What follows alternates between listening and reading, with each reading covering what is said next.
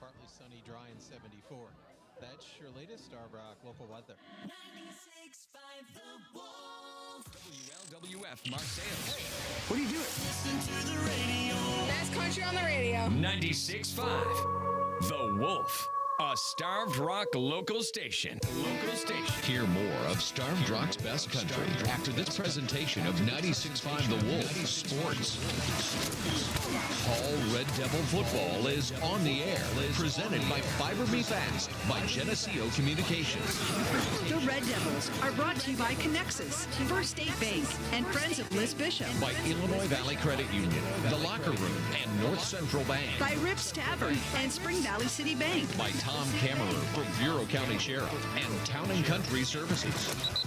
Listen to your Red Devils all season on 96.5 FM. Stream with the free 96.5 The Wolf app through 20inarowcountry.com or ask your smart speaker to play 96.5 The Wolf. Now, Hall Red Devil Football, presented by Fiber Me Fast by Geneseo Communications. And we are here in Monmouth. Brandon Lachance and Jabu. I'm going to try this. Muetsi. Close, but Go ahead, do it. Jabulile Muketi. There we go, Muketi. I'm getting there. I'm better than I was the last time that you joined me in the booth. Yeah, it's getting slowly better. It's getting better slowly but surely. Something like that, right? Yeah. We have Week 7 Three River Conference. This is going to be a big-time game. If Hall could pull up what would be considered an upset, this would be great for the Red Devils moving forward in the rest of the season. Plus, if they win out 6 wins, that makes them playoff qualifiers automatically. If they win 5 games, they qualify for playoffs, but not automatic like the 6 wins do. You're here. You missed last week with me, but what do you think Hall needs to do to get a W here? I think one of the things that they need to do is just to stay calm. They understand that they are the underdogs going into this game. So whatever they need to do, they need to cancel out those mental errors, as Nick Sterling mentioned in previous interviews. Stop conceding the penalties that they normally are, the offsides, whatever mental errors that they may be. And not only do we have you back, but we got Mike Sabatini right next to us running the Starved Rock Media YouTube channel. And this is your first time on the YouTube channel. How does that make you feel? You're live. You're broadcasting. I'm so elated for my YouTube debut, you know. This is the debut. It's awesome. And you had to do a 2-hour road trip to do it as well. Yeah, I enjoyed it. I mean, it was with you, so it was kind of nice. Oh, you make me blush up here. Tonight's game brought to you by Fiber Me Fast by Geneseo Communications. Experience fast today. Find out more at geneseo.com. We just chatted about the Connexus keys to the game. The key to every winning team is seamless connection, and the key to your home is an ultra-fast internet. Connexus fiber internet keeps you connected at the speed of life, so you can work, stream, or game without a hitch. See more at Connexus.com. Nothing Connexus like Connexus. My deal with Hall is they got to continue to play great defense. They have all season long, and Monmouth-Roseville's got a big line. I know they got 3 or 4 star athletes at running back, wide receiver, things of that nature. Hall defense, if they can do what they've been doing all season long, I think they'll be A-okay. We're going to take a break. Brandon Lachance, Jabu, Mugeti. We'll be right back. 96.5 The Wolf and the Starved Rock Media YouTube channel.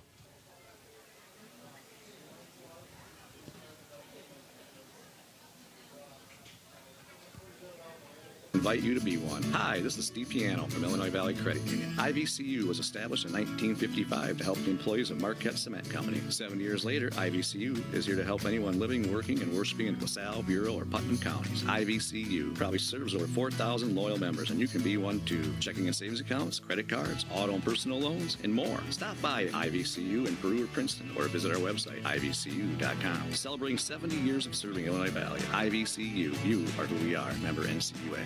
I love this song! I love nachos. Loving everything? You might be buzzed. You know what I'd love? A ride when it's time to head out. If you see a buzzed warning sign, call for a ride when it's time to go home. Buzz driving is drunk driving. A message from NHTSA and the Ad Council. From Spring Valley to Chicago, football and country legends play on 96.5 The Wolf.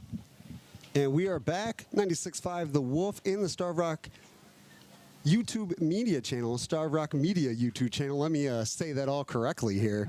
Brandon Lachance and Jabu Muketsky. You know, just some names you can't say right. You know what? We've talked about this on the way up here, that I was going to semi-adopt you and just name you LaChance, because I can say that name. Is that okay? Yeah. No? We can't do that? All right. You know, I try. We have 9:48 left on the pregame clock.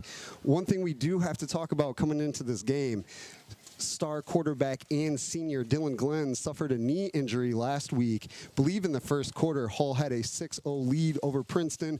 Princeton was able to come back and win 28-12, but out for the season.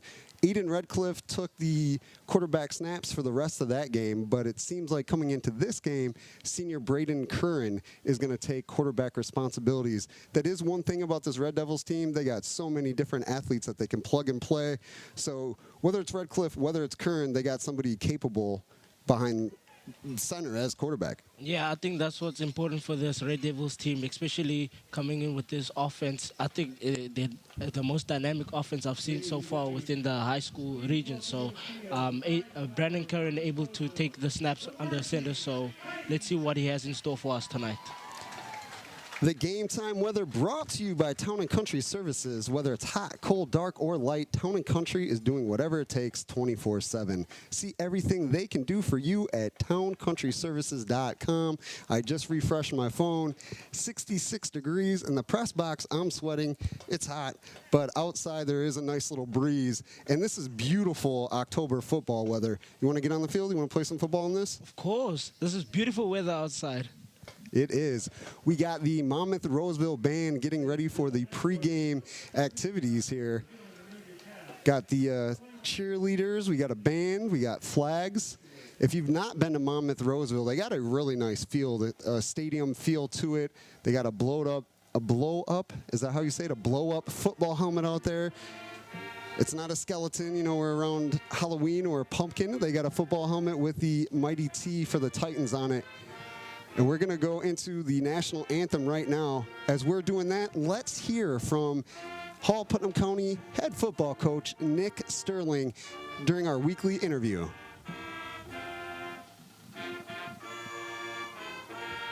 It's about keeping our communities connected. Whether you work from home, stream movies on family nights, or power a small business or classroom, the Connexus Fiber Network is built to keep you online when it matters most. Because when your internet works every time, your community thrives. Connexus Fiber Internet, reliable, local, and here for you. Visit conxxus.com to check availability and sign up today. That's conxxus.com. Nothing connects us like Connexus. At Hall High School, talking to Coach Nick Sterling, the Hall Putnam County football team, going into week 7 against Monmouth-Roseville. Undefeated squad, you know that they have some big guys and you know they're talented. Yeah, so I mean, we'll come in with a game plan and go in to execute. The thing about it for this year for us is when we execute well, it looks great, and when we don't do the little things that I've talked about for 6 or 7 weeks, it doesn't look well. So it boils down to is if we're going to be a team that decides whether or not we're going to execute what we've been trained to do and the tools that we've been given. And I feel on any given night, it doesn't matter what the other team's record is. If we do what we do, we're in a game. And this week's going to look different than the previous ones because you're going to be without your star quarterback, senior Dylan Glenn.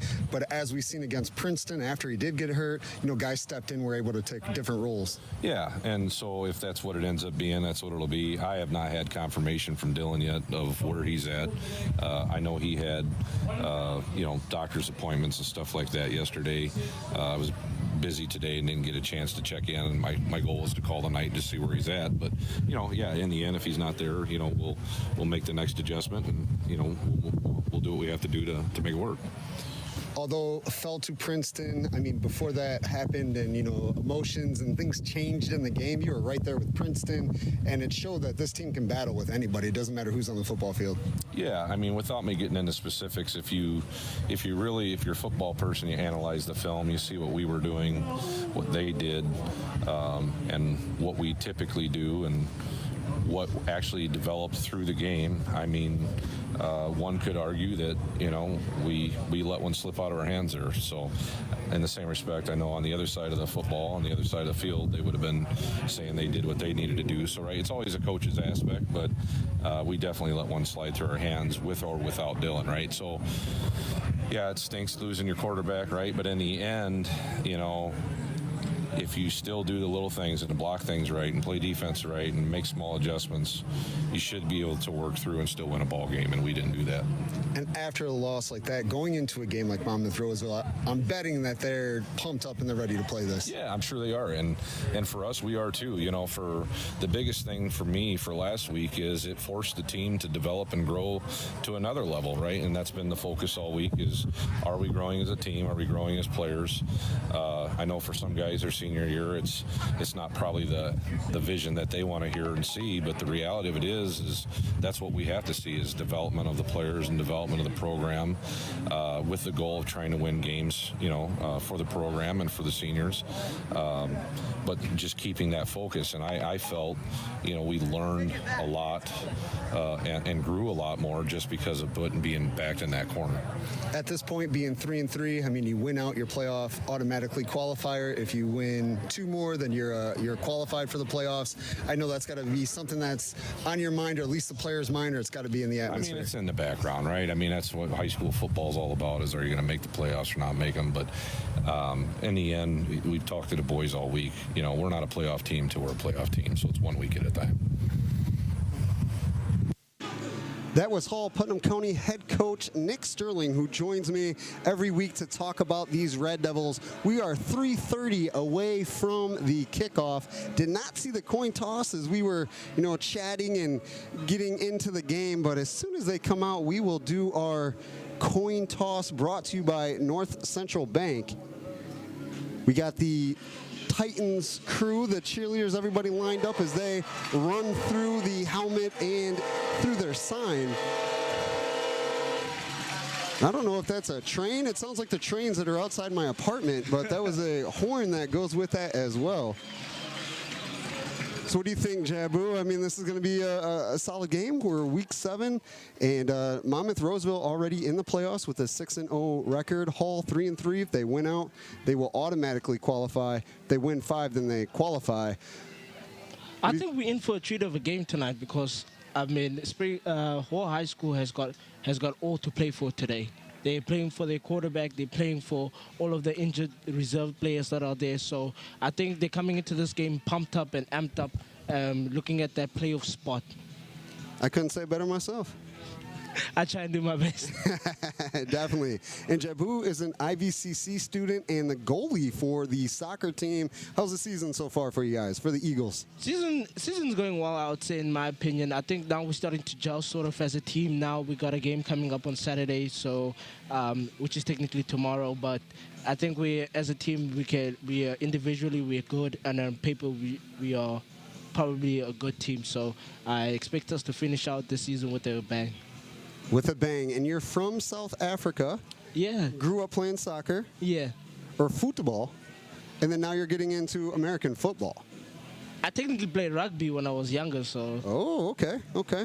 Little hats of everything. Yeah, so I was like an athlete growing up, so I dabbled in any sport that took my interest. Tonight's coin toss brought to you by North Central Bank in Ladd and Hennepin. Let their lending team help reach your financial goal. We got Monmouth-Roseville kicking to Hall Putnam County. So the Red Devils will receive and come the other way. Trying not to get hit by a chair. I'm good. And there is the return.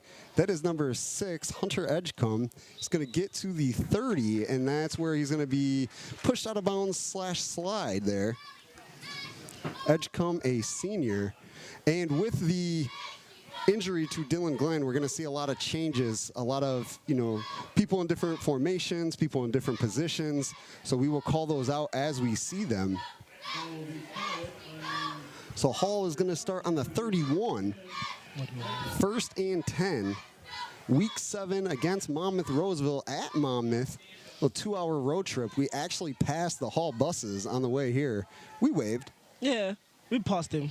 Yeah, we waved. We said hello.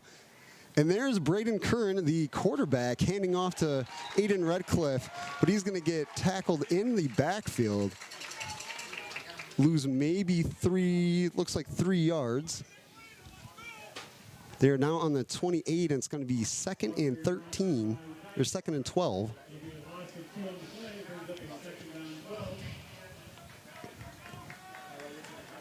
We got the Titans in blue jerseys with white numbers and pink socks, or pink tape. That's pink tape. And then we got Hall with their traditional white jerseys, red numbers, and looks like they got the white stripe with the black lining on it.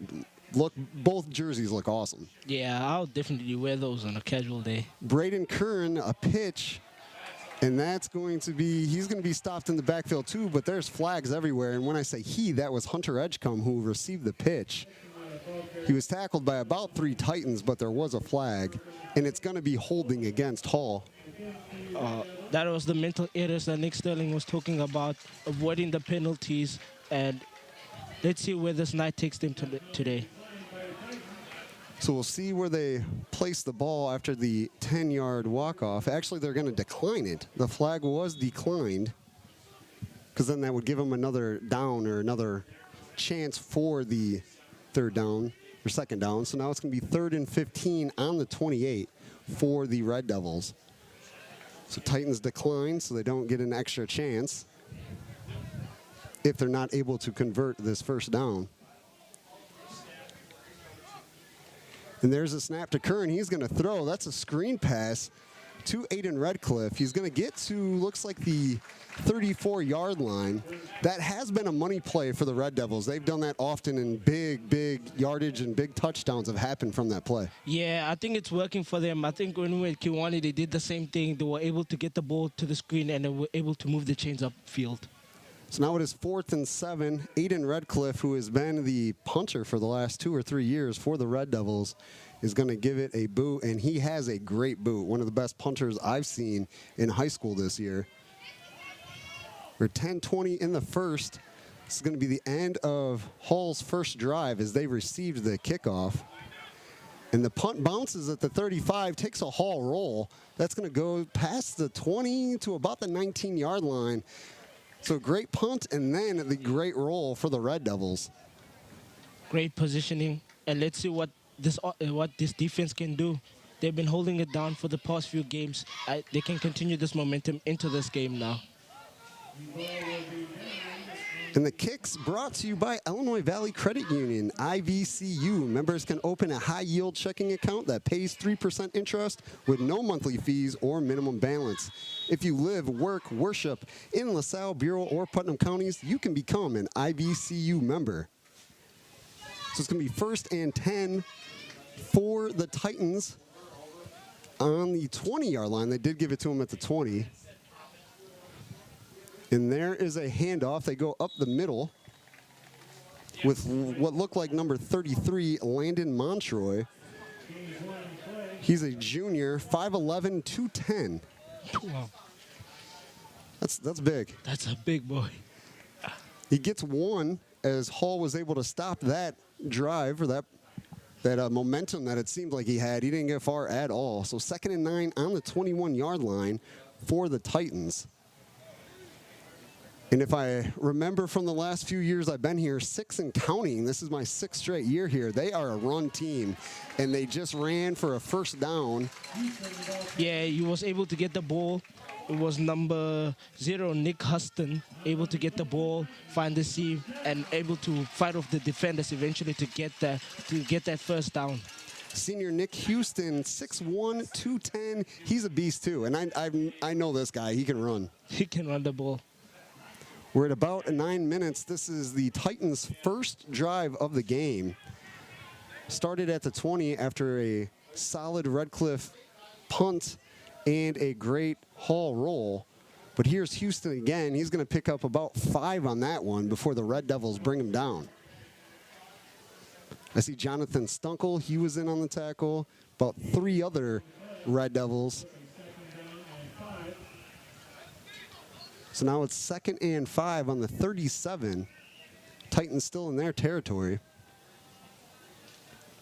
Let's see what they're able to conjure up in this play. Have not seen a pass yet. The first 3 plays all running, so I bet that's what they're going to do again to try to pick up 5, and it is. They had 3 backs back there, faked to 33, and then give it to number 1. That is Lars Bergen.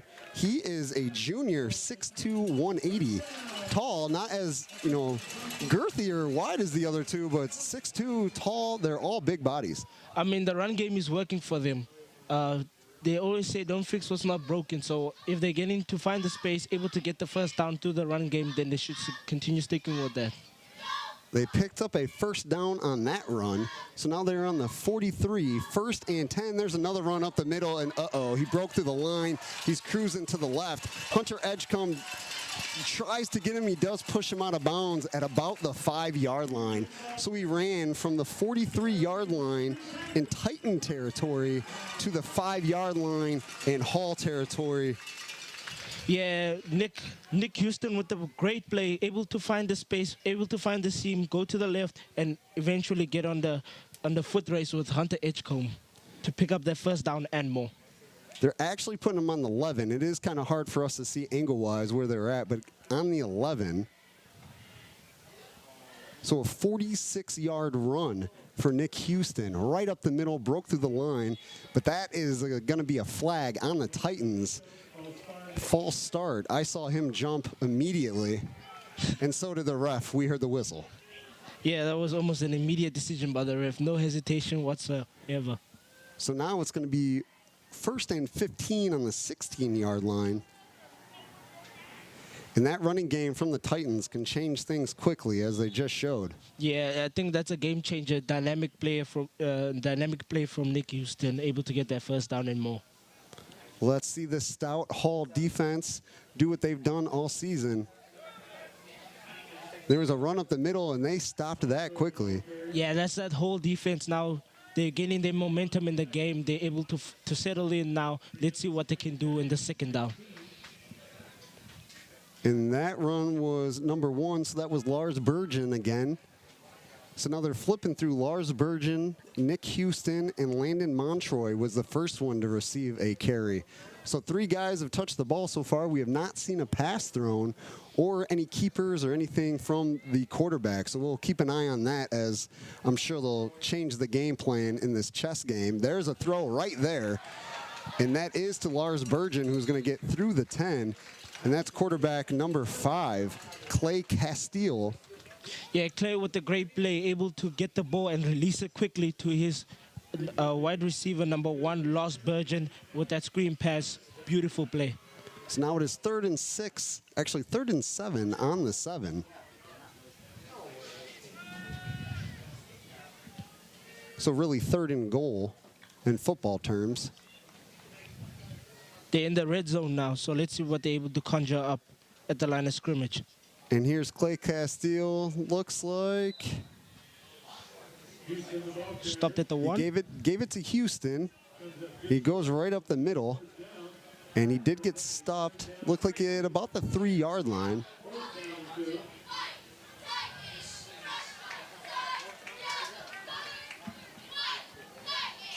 So 4th and 3 for the Titans. Trying to get the first score of the game, but of course the Red Devils defense trying to not allow that. Defense does not want to give up the first touchdown of the game. So they're going to go for it. And Castile fakes a handoff to Montroy and then gives it to Lars Bergen again, but he is tackled right at the line.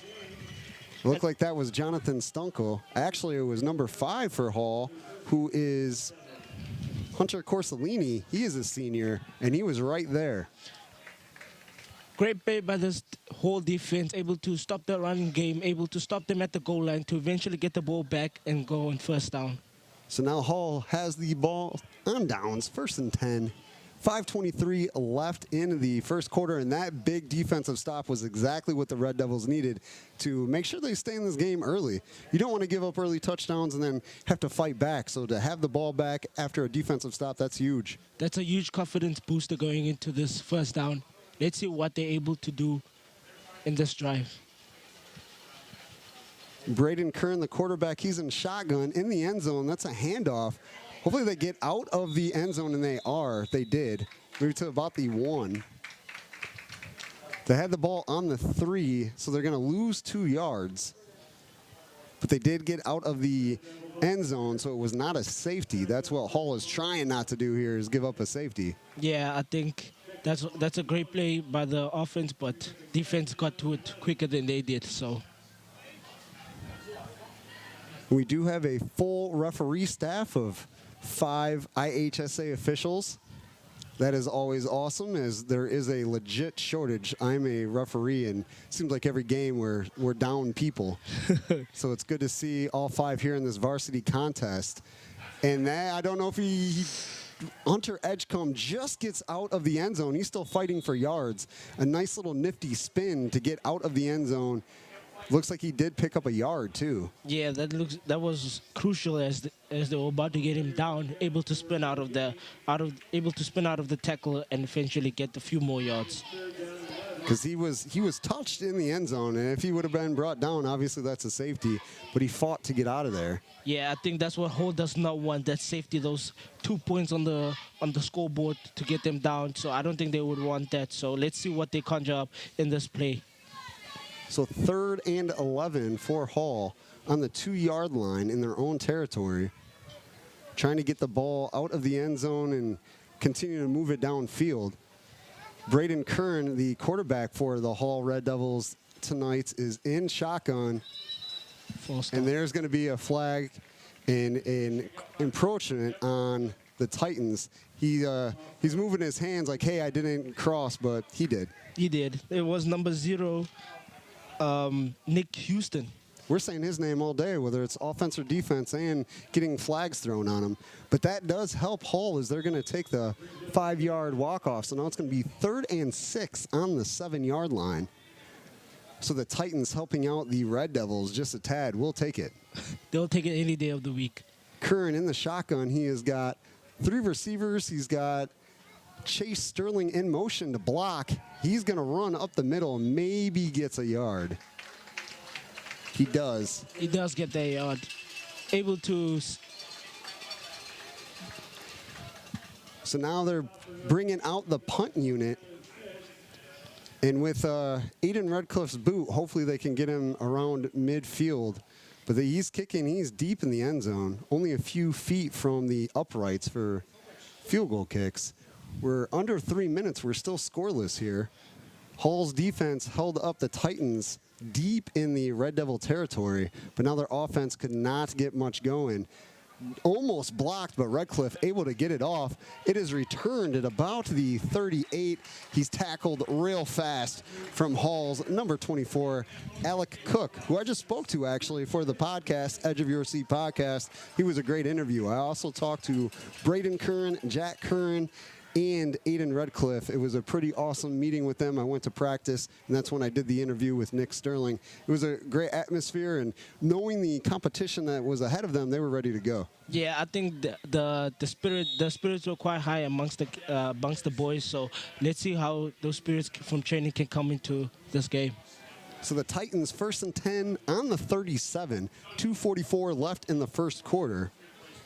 And that is a handoff to number 33, Landon Montroy.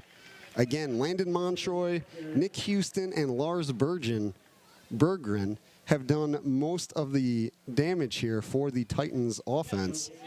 But not much damage except the one big run, the 46-yard run from Nick Houston. Other than that, it's just been little gainers here and there because of this Hall defense. This Hall defense is starting to find their momentum. They're starting to find their rhythm within this game. So it's going to be more of a defensive game than an offensive game, so let's see what it is. Montroy didn't get anything there, so it was 2nd and 10 on the 37. Another running play. Houston was the ball carrier, picks up about 4. We've seen one pass, and it was a screen pass to the side, got a couple yards. So obviously they're a run-dominated team. It's a run-heavy offense, so let's see what they're able to do now. Maybe they can be able to set up a play to pass the ball. upfield. So let's see what they can do. But this whole defense has been solid this night, tonight so far. So let's see what they're able to conjure up at the line of scrimmage. Yeah, they knew what they were getting into with this Monmouth-Roseville 6-0 squad. It was a pitch to Houston, who throws it to number 12, Elliott Rogers, a senior wide receiver, and that's going to be a 34-yard passing touchdown. A little trickery from the Titans as Houston gets a pitch as a running back and then throws it. Nick Houston with a great play by the quarterback as well to pitch it back to Houston. Houston able to see the field as a whole and able to give it to Elliott for the touchdown. 1:22 left in the first quarter. Titans get on the scoreboard first. It is 6-0. Here is the extra point attempt. They are going to kick it. And it is up. And good. And that is number 26, their kicker, Elijah Noel. He is a senior as well. This is a senior-dominated team. When you look at the roster, there are lots of seniors, and we're seeing what they can do on the football field. Yeah, I think the experience, all of the senior experience, they're able to pass it on to the younger players, able to get them all on the same page, and I think it's paying off tonight as we see.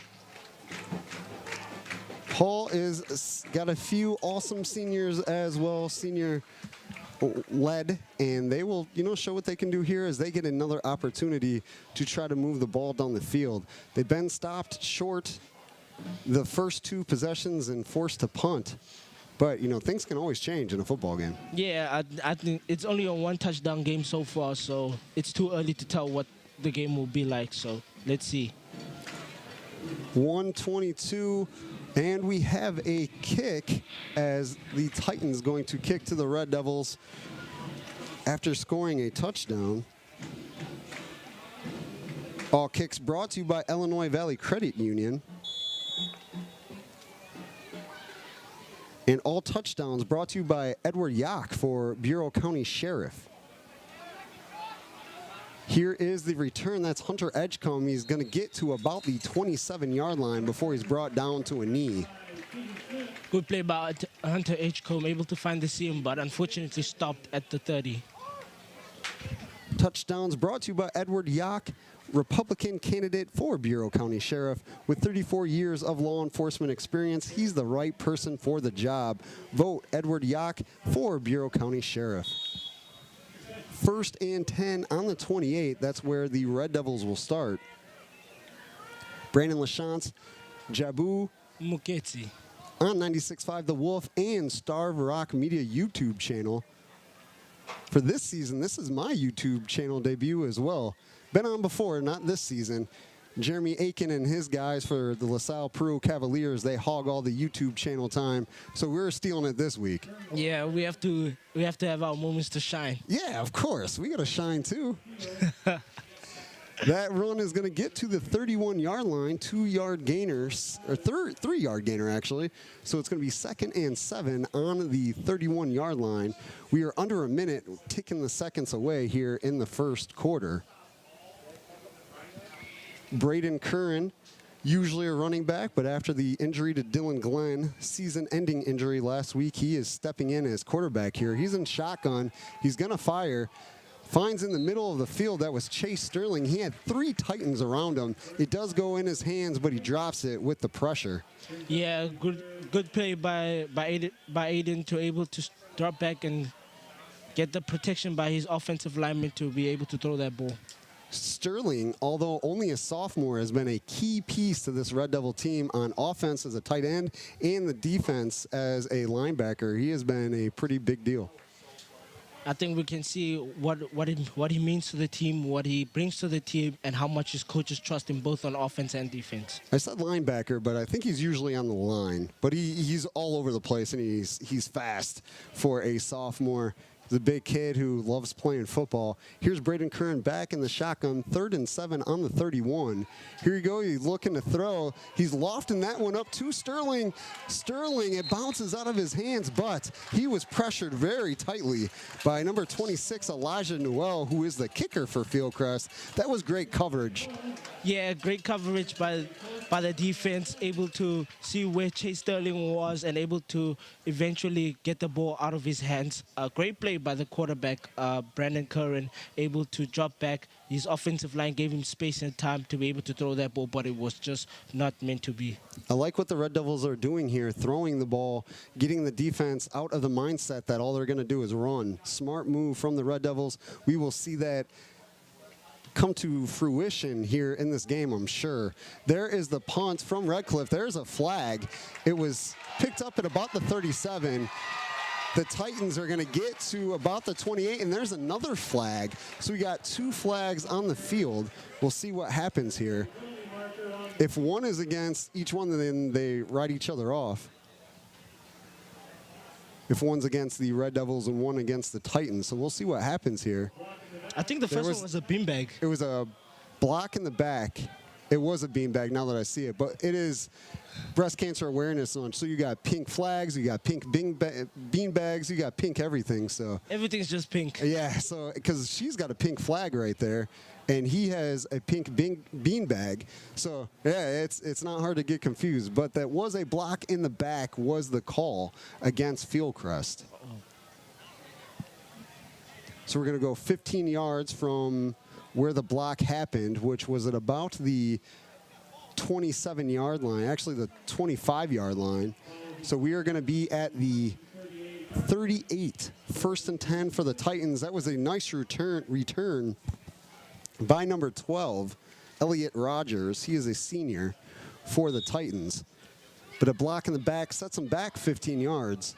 1st and 10 on the 38. We got 20.7 seconds left in the first. There is a pitch to Nick Houston. He found one gap, finds another one. He got slowed down by his own player, but now is carrying 3-4 Red Devils and gets to about the 10-yard line. He might be at the 11.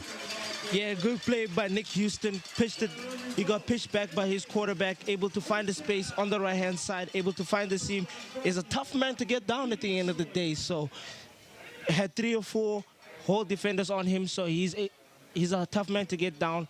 1st down and more for Titans. It's going to be 1st and 10 on the 11, but that's going to be the end of the quarter for us. We are going to be right back with second quarter action. Brandon LaChance, Jabu Muketsi on 96.5 The Wolf and the Star of Rock Media YouTube channel. Home equity loan! Home equity loan! Auto loan! Auto loan! Refi! Refi! Get in the game at North Central Bank. Proud to be your full-service bank, offering products and services without being penalized that you use every day. North Central Bank is ready to help. In a game of inches, we go the extra yard. Call or visit us today. North Central Bank in Ladden-Hennepin. Equal housing lender, member FDIC. Ready! Set! Go! Times are tough, but our communities are tougher. We need a sheriff who won't back down from crime, drugs, or politics that put us at risk. I have the experience, the courage, and the commitment to protect our families. As sheriff, I will fight for safer streets, safer, stronger schools, and a future where our kids can grow up without fear. On Election Day, stand with law and order. Stand with Edward Yauk. I'm Edward Yauk, and I ask for your vote. Paid for by We the People Support Yauk for Sheriff. It's a little bit country and a little bit rock and roll. Brad and Jamie and Starved Rock's Best Country. Mornings on 96.5 The Wolf. Second quarter action here in Monmouth. Brandon LaChance, Jabu Muketsi. And we have a 7-0 ball game as the Titans lead the Red Devils. And then the Titans have the ball on the 11-yard line. It's 1st and 10, so they could technically get another 1st down before they would score a touchdown. They're basically within the red zone. Or the Red Devils can get a turnover and go the other way. This is football. Anything happens. Anything can happen. Always, always, always. We are in a weird spot in the press box to try to see where the play is going to be at. But that run looks like they lost a yard on that one. Hall defense, again, we've said this many times throughout the season, and we'll say it tonight. They are stout. They don't let a lot of stuff in the middle. When you're trying to run up the middle, Hall's going to stop you. Yeah, I think this defense has been solid the whole season, has been keeping this team in the game. So let's see what they can do tonight. Want to thank some of our sponsors for bringing this game to you. The Locker Room, First State Bank, and Rips in Ladd. Thank you very much for helping us bring this Hall Putnam County Red Devil football game to you here in Monmouth at Monmouth-Roseville. And here is a run to the left. That's Nick Houston. He's going to pick up a few yards. Again, trying to drag Red Devils. He, like you said, he's not an easy guy to take down. Yeah, Nick Houston with the dynamic play, able to just move the chains up closer to the touchdown, and able to see what his team can do within the line of scrimmage now. Looks like they are on the third down. Or, I mean, the 3-yard line is what I was trying to say. It is third down. 1 yard. Should be 2. Should be 3rd and 2 on the 3-yard line. Yeah. I don't know who the scoreboard operator is, so I'm not going to throw anybody under the bus. We appreciate everybody who does their job. Like the Red Devils, defense is right there as they stop Nick Houston trying to go up the middle, and they pushed him back. Yeah, great play by this whole defense, able to see where he was going to go, able to tackle him, and eventually force the 4th down. Let's see what this Titans offense can do. And they pushed him back to the 5-yard line, so now it is 4th and 3 on the 5. Big stop. We've already had one of these from the Red Devils when they stopped him on the other end of the football field on the 2-yard line. So this whole defense has been so phenomenal tonight. Let's see if they can continue this momentum into this 4th down now. They have made a living out of stopping teams deep in the red zone. See if they can do it again. There's a screen pass to Nick Houston, but he is going to chug his way in there. He was hit by a Hall defender at about the 3. Yeah, great play by Nick Houston, able to see the space, catch that pass from his quarterback, able to truck a man down and get that touchdown. Hunter Corsellini had put a hit on him, but he just kind of bounced off of it and then bounced into the end zone. So it is now 13-0, the Titans lead, 9:47 in the second quarter. As that was a screen pass from the quarterback, Clay Castile, to Nick Houston. So Nick Houston is thrown for a touchdown, and now he's received one. But we have a timeout from the Titans. Yeah, Nick Houston has been a busy man tonight, if I may put it that way. He's on offense. He's able to pass the ball, catch the ball, run through defenders. So it's going to be a good night for him tonight. He's also on defense, as he was the one when they were down there on the other side deep in. That got, when Hall was trying to get out of the end zone, oh, yeah, he's the one that jumped over. So he's playing defense, too, on the line. He's a busy man tonight. 9:47 here in the second quarter. Hopefully you're having a great night. It is great weather. We're deep in the football season. I mean, nothing sounds better. Like, this is life right here. I mean, what better way could I be doing on a Friday? What could I be doing better on a Friday night? Absolutely nothing. First of all, you're with me. You're with Mike Sabatini. You're with 96.5 The Wolf. You're exactly where you should be. I feel at home right now. There you go. That's what we like to hear. That's what we like to hear. Teams are going back to the line of scrimmage for the extra point after the Titans called a timeout. All extra points brought to you by Tom Kammerer for Sheriff. With over 30 years of law enforcement experience and a proven record of leadership and community of service, Tom Kammerer is ready to serve Bureau County with integrity and dedication. And they're going for 2. And it looks like he's going to get in, and that was Lars Berggren. And he's going to rush in the 2 points. Now it is 15-0. Good play by Lars Berggren. Better play by his quarterback, able to find that screen pass. Looking at this game right now, the screen passes has been working for this Titans offense against this whole defense. And I think the whole defense have identified the fact that they run the ball a lot, and now they're trying to cut off the run game, and now they need to be able to stop the pass game now. So here we go, 15-0 is the Hall Putnam County deficit. They're going to get the ball on the kick from the Titans. Illinois Valley Credit Union bringing you all kickoffs. Much appreciation to all our sponsors, including Liz Bishop.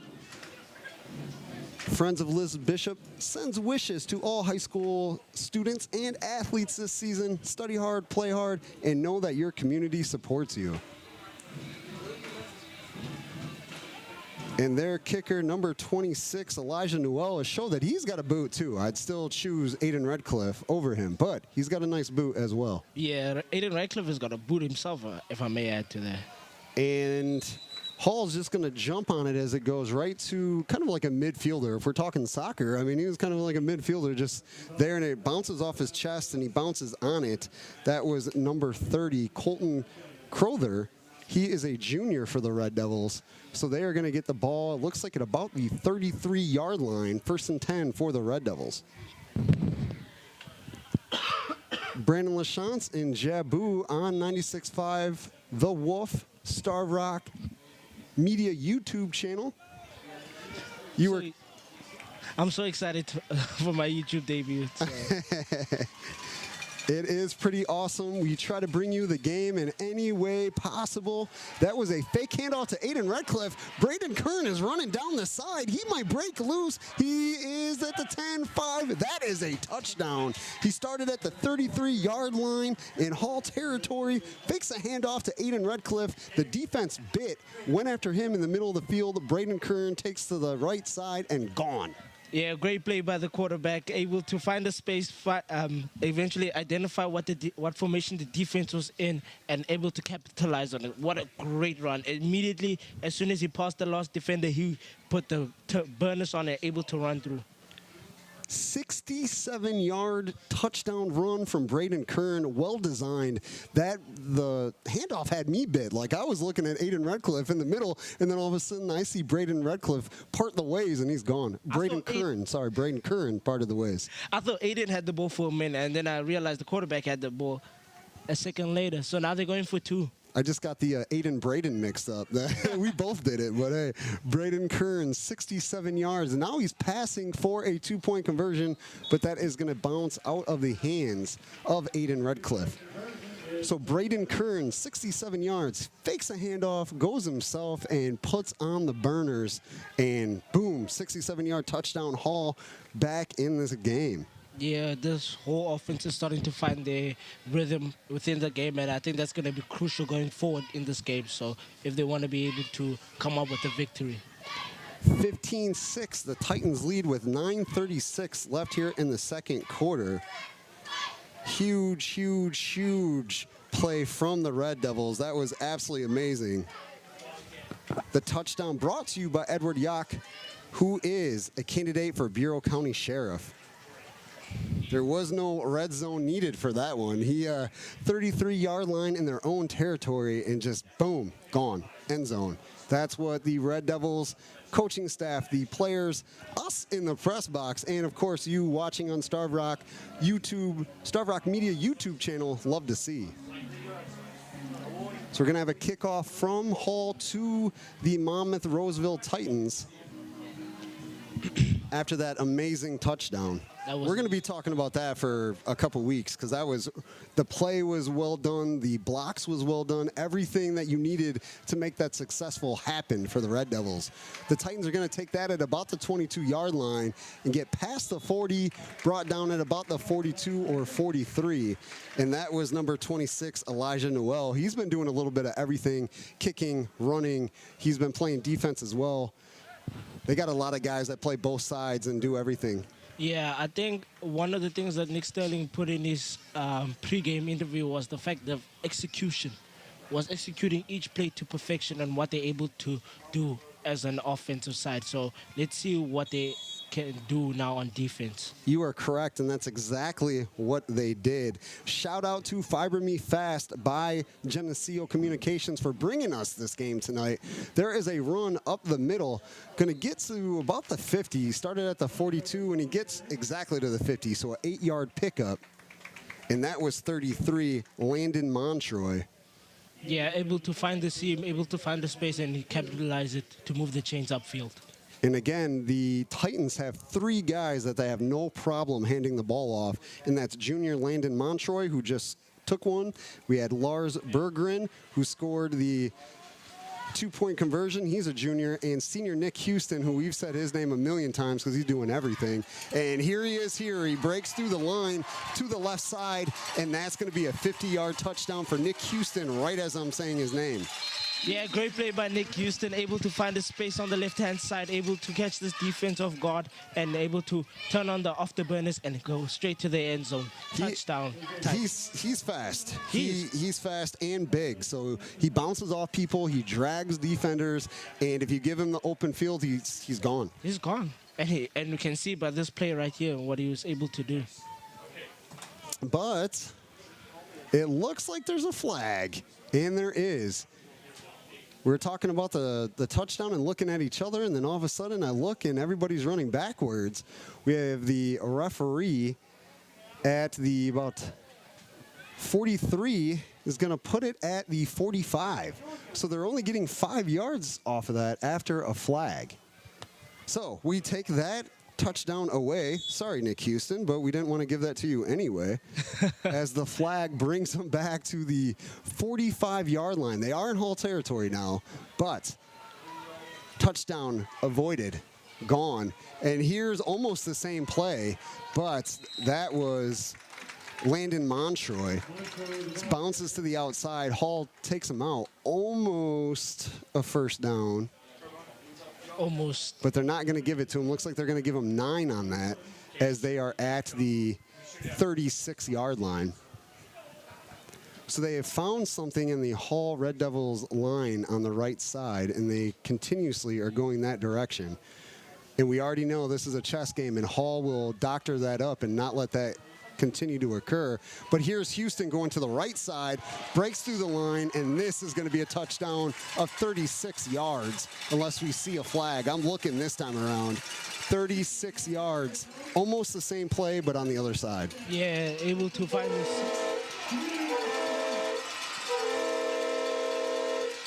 Yeah, great play by Nick Houston. Busy man tonight, able to find the space on the right-hand side and go and turn on the afterburners for that touchdown. Now they're going for 2.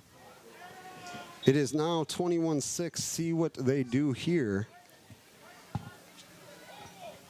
So we have 8 minutes left in the second quarter.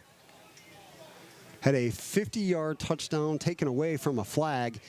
2 or 3 plays later, they followed up with a 36-yard run. Nick Houston again for a score. Here's the quarterback running out, Castile, and he's going to find Houston in the back of the end zone for the conversion.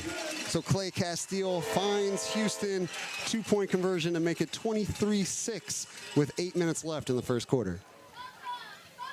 Great play by this Titans offense, able to find that space. Quarterback Clay able to just lob the ball in at the corner of the end zone for that touchdown, for the 2-point conversion. After the two-point conversion, 23-6. Nick Houston had one taken away and then goes the other side and runs for another one that does not get taken away.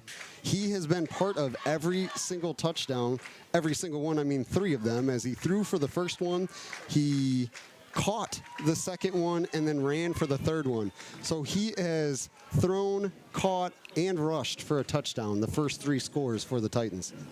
Sound like a busy man tonight, so that just goes to show how crucial he is for this side, how his coach is able to use him in many different ways, and it's going to show to display tonight.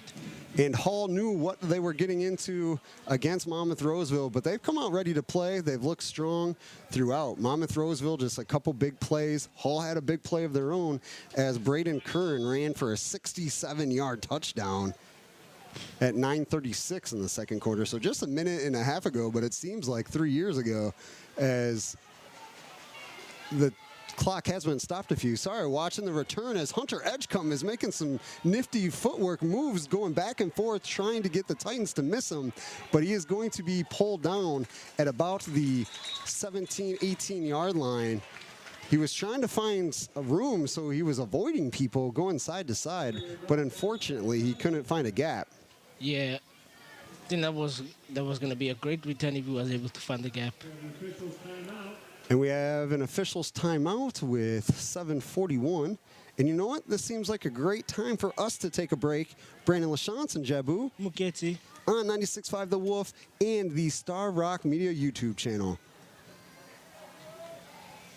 Hi, I'm Heather Hammett from Spring Valley City Bank. The Hall football team isn't the only local favorite with a legacy of success. For 120 years, Spring Valley City Bank's been a trusted partner in helping our community. Spring Valley City Bank believes in the power of relationships and experience. With knowledgeable lenders and a strong commitment to you, we're proud to be a solid foundation in Spring Valley, just like your Red Devils. Stop in our Spring Valley or Peru branch or call for an appointment. Do business with your friends and neighbors. Spring Valley City Bank. An equal housing lender, member FDIC. Take the game and Starved Rock's best country wherever you go.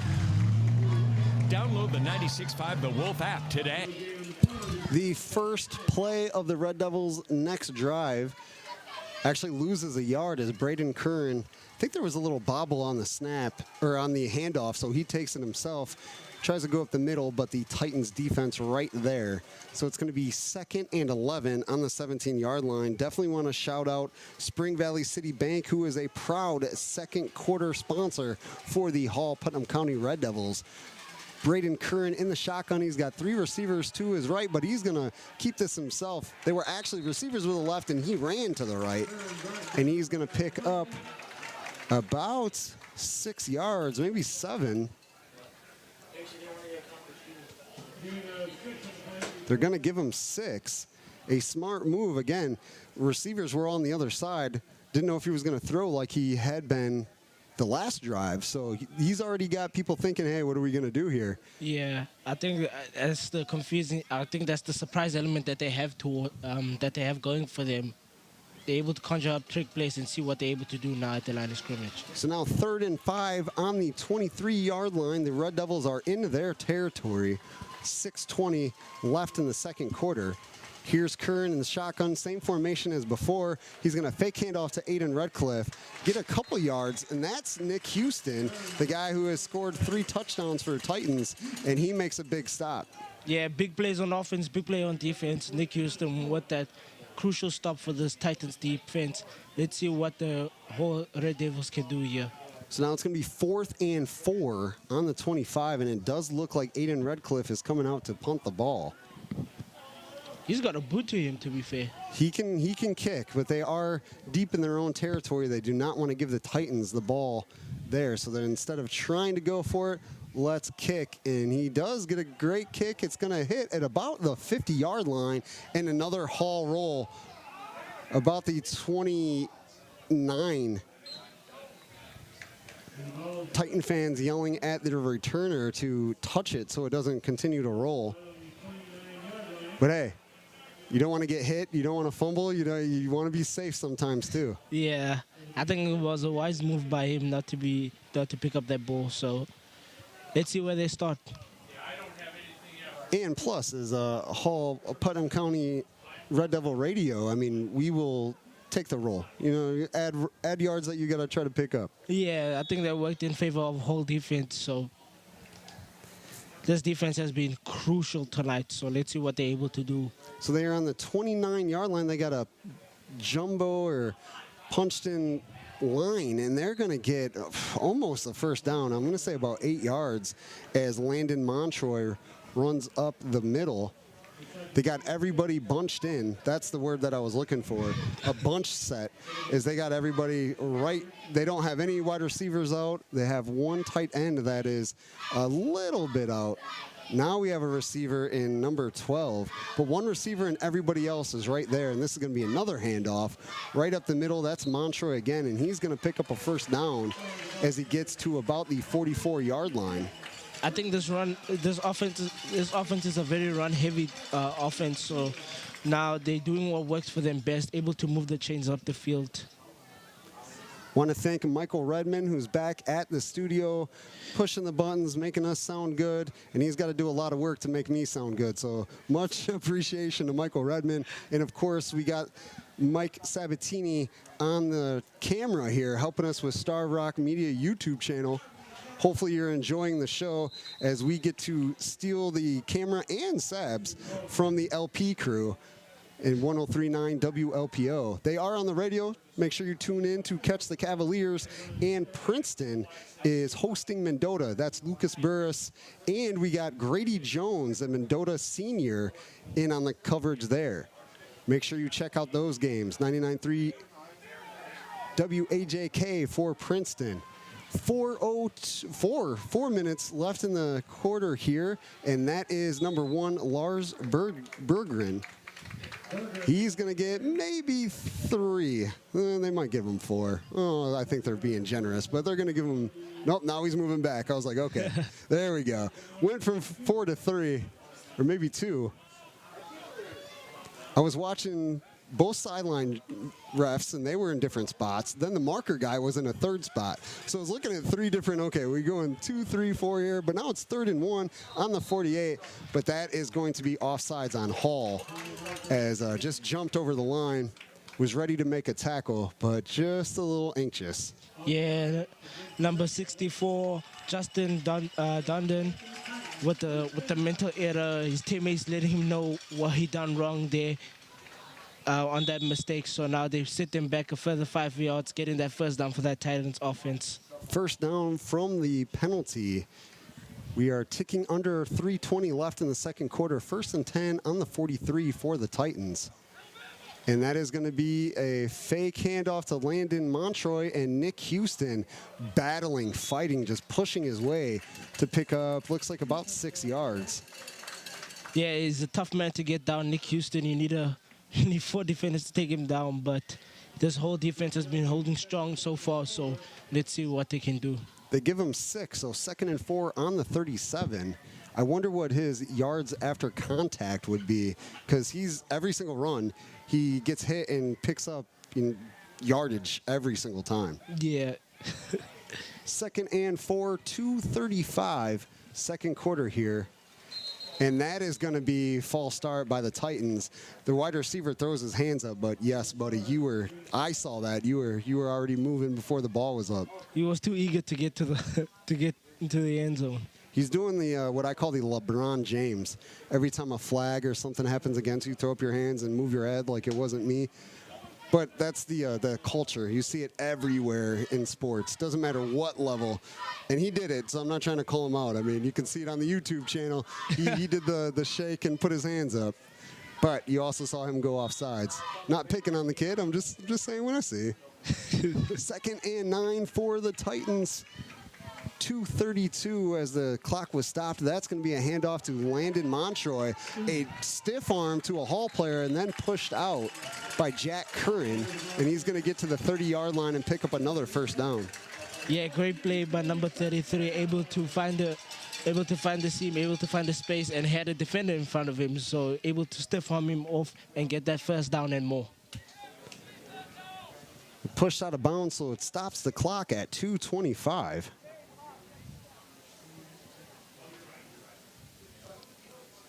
See what we do here. I'm betting it's going to be a run play.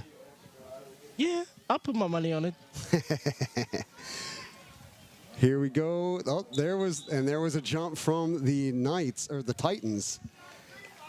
That is going to be a false start, so we're going to go back 5. We'll be at the 35-yard line. That was the right guard.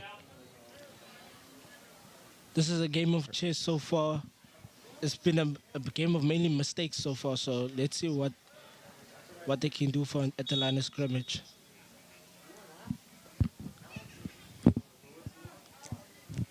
.225, 1st and 15 for the Titans. Monmouth-Roseville. They lead the Three River Conference Mississippi Division with a 6-0 record. That's Landon Montroy. Bounces off 2-3 Red Devils, and he is going to score a 35-yard touchdown, barring any flags or anything else. And I don't see one. That is going to be a 35-yard touchdown for the Titans. Yeah, great run by number 33 from the Titans, able to find that left-hand side sleeping, able to find the seam and able to find the space to capitalize on that touchdown run. He scores that at 2:17 in the second quarter to give the Titans a 29-6 lead with the extra point coming up. Extra points brought to you by Tom Kammerer. running for sheriff of Bureau County. And here is a little pass over the line, and that is going to be good as Castile finds Lars Berggren. And that makes the score 31-6 here. 2:17 left in the first half. Great play by Clay Castile, able to find his wide receiver, Lars Bergen, able to find him in the middle, pass the ball for the 2-point conversion. You probably hear the cheerleading squad from the Titans. It's starting to get colder in the first couple weeks of October. We got hoodies on and sweatshirts. I kind of love it. This is my type of weather. I am not a mid-July, August, 90 humidity makes it feel like it's 137,000 degrees. I am definitely down with this. Nah, I'm the opposite. I think 90 degrees is the way to go. I mean this all out of friendship because we're friends, but you are from South Africa. Yeah. So the weather down there is kind of different compared to here. Yeah, just a little bit. You probably get used to the sun and the heat, right? Okay, sun and the heat is fine, but the snow is where I draw the line. That's like, yeah, I'm not having that. The Titans are going to kick to the Red Devils. That is a squib kick or a line drive, however you want to word that. He's going to pick it up. That is Hunter Edgecombe. Picks it up at about the 16. And he's going to get past the 30, about to the 33-yard line. A nice hard run. He drug a couple people. It's going to be 1st and 10 for the Red Devils. 2:07 left here in the second quarter. Through flags and through touchdowns and through, stopping there was a timeout, then stopping the play by going out of bounds. I'm going to say about 7 or 8 minutes of the second quarter has seemed like 3 quarters. But sometimes, football happens that way. Yeah, it's not only in football, sometimes in life too. Yeah, that's true. No denying there, my friend. 2:07, 1st and 10 on the 33 for the Red Devils. That's Braden Curran, senior in the quarterback position.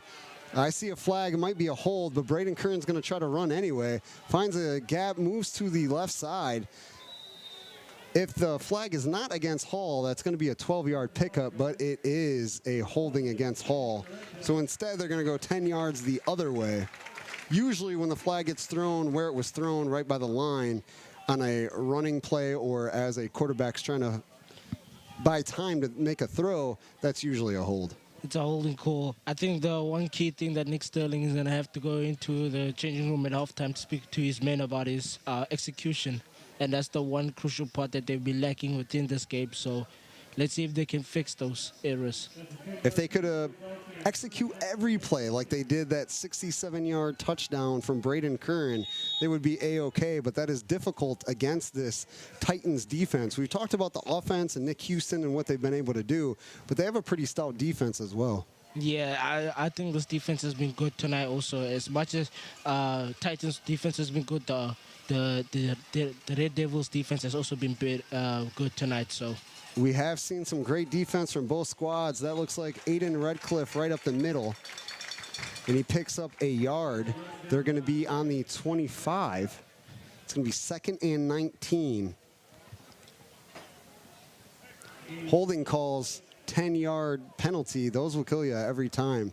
However, the Red Devils do have the talent and players to get these 19 yards. Yeah, the talent the talent within this team is so big, so they have got so many options on offense, and let's see what they're able to do at the line of scrimmage tonight. Braden Curran in the shotgun. He's got 2 receivers to his left, 1 to his right, and he's got Aiden Redcliffe, his senior running buddy, right next to him. And he's going to hand off to Aiden. He's going to go up the middle and pick up 3 yards. And we are going to have a timeout from the Titans.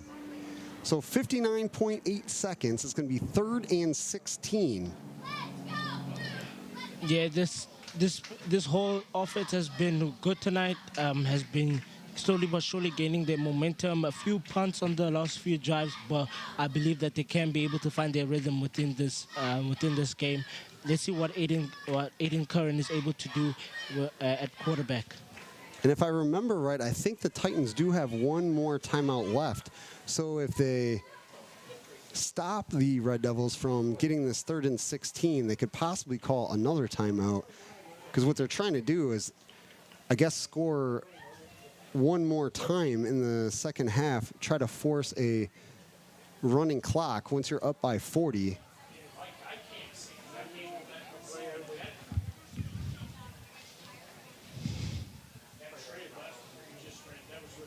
Still, it is 31-6. But they may be also, I mean, the playoffs are right around the corner. So trying to do last-second drives and last-second defensive stops and stuff like that. Preparing for the playoffs. I see a lot of teams do this as well. So here's Hall, 3rd and 16, 59.8 seconds left in the second quarter. And here's the snap to Curran, who is in the shotgun. And that is going to be to Hunter Edgecombe, and he makes the catch. Awesome catch, and that's a first down for the Red Devils. Catches it on the 48-yard line.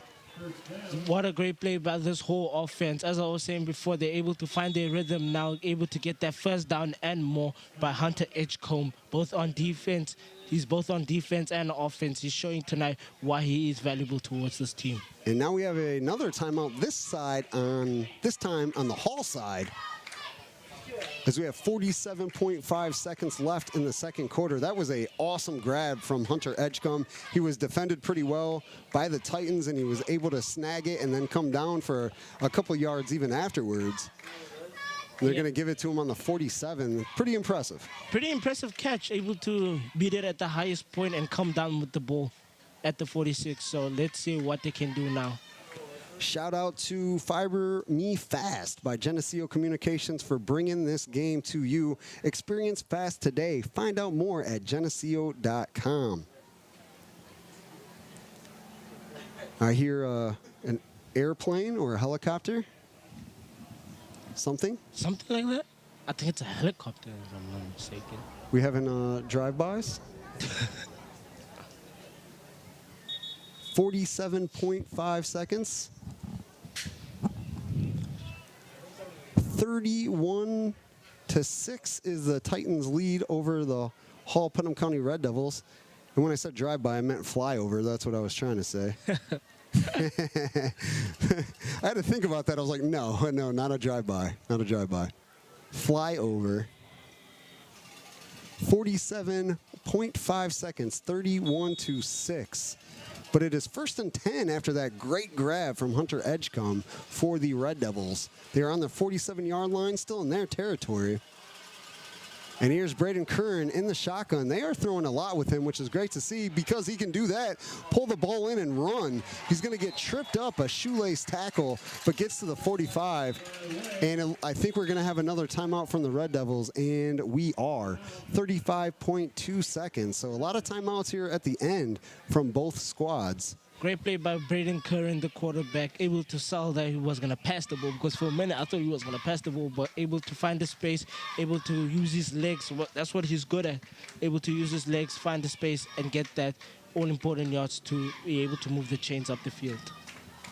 Definitely, definitely. We got Halloween right around the corner. Do you dress up for Halloween? Sometimes. Sometimes? What's your favorite Halloween costume that you ever had? I would like to say it was, how do I say, Toy Story. You know that Woody? Okay, yeah. Yeah, Woody and Andy. I think it was Toy Story 1 or 2 or 3. Okay. One of those ones, but it was Woody, the sheriff. Okay, you know what? I dressed up as Woody before, too. I dressed up as Woody as a college dude. I was in college and went to a Halloween party as Woody. As Woody. Yep.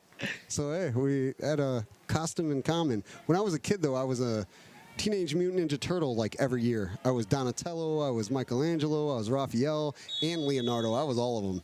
Next time I should wear Batman, and then you should wear like a Teenage Mutant. Okay, we'll do it. We'll do it. And here's a pass from Braden Curran to Aiden Redcliffe, a screen pass in the middle. And they're going to actually lose a yard as the Titans defense bottled that up. And we have another whistle and another timeout. And Hall's going to call that as it is 3rd and 2 on the 46-yard line. That is their 3rd and final timeout of the first half. 25 seconds. That's okay because we can get back to our Halloween talk. What about Halloween movies? I watched a lot of Halloween movies, to be fair. I think my favorite one was Pennywise. Kind of scary. Oh, It. Yeah, It. The original or the newer one? I watched the new one, but I like them both, to be fair. Okay. I like them both. Both solid movies. I am a huge Michael Myers fan. So the Halloween movies, I have seen all of them many times. And actually, I just watched the first one like 3 days ago. And I've seen that a gazillion times, and I'll probably watch it a gazillion more. I love it. I think a good movie never gets old. That's true. That's true. Just like on the radio on the way up here, we're listening to some songs, again, that I've heard a million times. But, hey, you were jamming on too, so we were good. It was a good playlist, to be fair. So I'm gonna take that as a win. I'll take that as a win. Yeah, you got good taste. 3rd and 3 for Hall. Putnam County Red Devils. So we got 25 seconds left in the second quarter. There's the whistle to get back to play. There is the snap to Braden Curran. He's going to throw over the Titans defense, but to a gap. There was not a receiver there. Hunter Edgecombe was to the right, and number 80, that is Chase Burkhart. He's a senior tight end. They were in the area, but not where the ball was thrown to. So it's going to be 4th and 3, 20.1 seconds left in the second quarter. It's going to be an all-important play for this Red Devils offense. Let's see what they're able to do. I think now they're starting to pass the ball more than actually run it. So let's see what they're able to do at the line of scrimmage. We have 3 wide receivers running out to the right. We got Braden Curran in the shotgun. He's got Aiden Redcliffe right next to him. And a fake to Aiden. He's going to run to the left. He breaks through the line. And he's going to run out of bounds at about the 30-yard line with they're going to give it to him at the 31. 14.6 seconds left. Smart move from the senior. That was great clock management. He was going to get tackled. Guy was right behind him. So he runs out of bounds to stop the clock to give them one more chance or a couple more chances. You can do a lot in 14.6 seconds, especially with the first down. Yeah, that was a clever play by the quarterback. Now let's see what they're able to conjure up now. For me, I think they would need to manage the clock even more if they want more attempts at getting this touchdown. So maybe a fade out to get out of bounds. Braden Curran in the shotgun. He's got 3 receivers to his right, and he tosses it to one of them, and it is intercepted by Monmouth-Roseville. That was great defense. The wide receiver for Hall, which was Hunter Edgecombe, made a jump. He was right there. He was just out-grabbed from number 12, Elliott Rogers. Great play. That was a great play on both sides. I mean, either way, it was a great play. Unfortunately for Red Devils, it went the other way, but Hunter Edgecombe gave a fighting effort to try to get that grab. I think it was just a 50-50 ball. Anybody could have come out with that ball. 1st and 10 for the Titans. They got 7.3 seconds. They're in their bunch formation with Rogers as a receiver. And they kneel it to run out the last 7 seconds. So we're going to go into halftime with Monmouth-Roseville leading Hall Putnam County 31-6. Brandon LaChance and Jabu Muketi on 96.5 The Wolf and the Star of Rock Media YouTube channel. Thank you for joining us. We'll be back for the halftime show brought to you by The Locker Room. When a play breaks down on the field, you've got the rest of the game to make up for it. When something breaks down at home, you need prompt professional service. That's why Town & Country Services is available 24 hours a day, 7 days a week to ensure that your plumbing, heating, and cooling breakdowns are taken care of promptly and professionally. Town & Country offers free estimates and affordable rates. Their licensed professionals and friendly staff have been a staple in the Illinois Valley since 1919. Search Town & Country Services and call them anytime you have a breakdown at home. Times are tough, but our communities are tougher. We need a sheriff who won't back down from crime, drugs, or politics that put us at risk. I have the experience, the courage, and the commitment to protect our families. As sheriff, I will fight for safer streets, safer, stronger schools, and a future where our kids can grow up without fear. On Election Day, stand with law and order. Stand with Edward Yauk. I'm Edward Yauk, and I ask for your vote. Paid for by We the People Support Yauk for Sheriff. While you choose to root for the Red Devils, Spring Valley made an even more important choice. Fiber Me Fast, fiber internet. They're powered locally by Geneseo Communications. Yeah, the same folks that just opened an office in Peru. During construction, you can get your address on the list for a Fast Pass. You get priority installation, free fiber drop to your home, and the first month is on them. Don't fumble the snap. Take advantage of this limited time construction offer now at fibermefast.com. That's fibermefast.com, and go Red Devils! Howdy there, friends and neighbors. Come on out and check out the smoking hot deals we have going on at R&P Carriages, Seneca's largest trailer dealer. We have a large selection of trailers in stock, plus specialty trailers. We also have a full-service shop and all the parts you need to keep your trailers up and running. Shop is open 9 to 5 during the week by appointment, and sales 9 to 5 Monday through Friday and 9 to 3 on Saturdays. Ask about our current specials. Go to needatrailer.com or come on down and see if we have something that suits your needs. And tell them Kenny Poe sent you. Evan Paul's got more of Starved Rock's best country. Weeknights on 96.5. The Wolf. We're back on 96.5 The Wolf and the Starved Rock Media YouTube channel. Thanks for Mike Sabb's help as he's running the camera and doing a great job. We are in Monmouth, and they are setting up fences, or I believe that's fence, for their band presentation, the halftime show. We got a guy out here in bibs. This could be an interesting halftime show. And so is ours, brought to you by The Locker Room. 31-6 is the deficit for the Hall Putnam County Red Devils. Jabu, we have seen a little bit of everything. Great plays, offense and defense from both squads.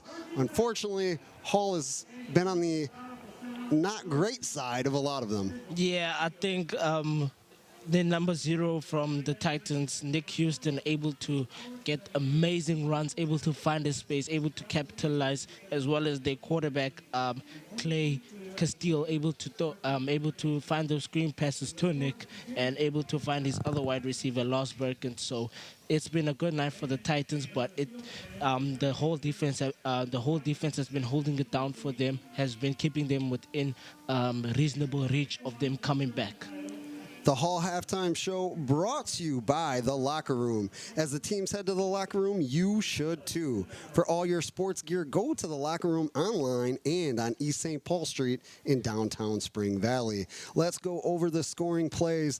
The Titans scored first on a 34-yard pass from Nick Houston, who is actually a running back, but they gave him a pitch, and then he throws it to number 12, Elliott Rogers, for the 34-yard touchdown. That was at 1:22 in the first quarter. The kick was good, 7-0. The second touchdown was also the Titans, as the quarterback, Clay Castile, found Nick Houston for a 5-yard screen pass. After a 2-point conversion, which was a run from Lars Berggren, it was 15-0 with 9:47 in the second quarter. Hall answered back real quick, though, 9:36 in the second quarter, as Braden Kern finished off a 67-yard run. It was awesome as the quarterback, a fake handoff to Aiden Redcliffe, who went into the middle of the line, middle of the field, and the whole Titan defense went after him. Braden Kern goes to the right side, starts running in free space. Nobody was catching him. Again, that was at 9:36. That cut the Hall Putnam County deficit to 15-6. The fourth touchdown of the game was the Titans, as Nick Houston broke away for a 36-yard run with 8 minutes left in the second quarter. Then a 2-point conversion pass, Castile to Houston to make it 23-6. And then the last touchdown with 2:17 in the second quarter, Landon Montroy broke away for a 35-yard run. And then the 2-point conversion pass from Castile to Lars Berggren, 31-6. We are going to take another break as we watch this halftime show in Monmouth. We'll be back to put our second half keys to the game of what the Hall Putnam County Red Devils need to do. Brandon LaChance, Jabu, Muketi, 96.5 The Wolf, and the Starved Rock Media YouTube channel. Tired of of generic gear that doesn't represent your true colors? It's time to take the next step with the locker room. Whether you're hitting the field, court, or cheering from the stands, the locker room is your trusted partner for all your sporting goods and custom apparel needs. Just like the pros, the locker room understands what it takes to showcase your identity with quality and style. From team uniforms to fan gear, they have an extensive range of products to customize your dream look. Check them out online or visit Mike and the team in Spring Valley, and now on weekends in Utica. The Locker Room. Elevate your game today. The Chicago Bears. The Washington Commanders. Monday Night Football. Kickoff. Jeff Joniak, Tom Dare, and Jason McKee bring you the play-by-play Monday night at 7:15.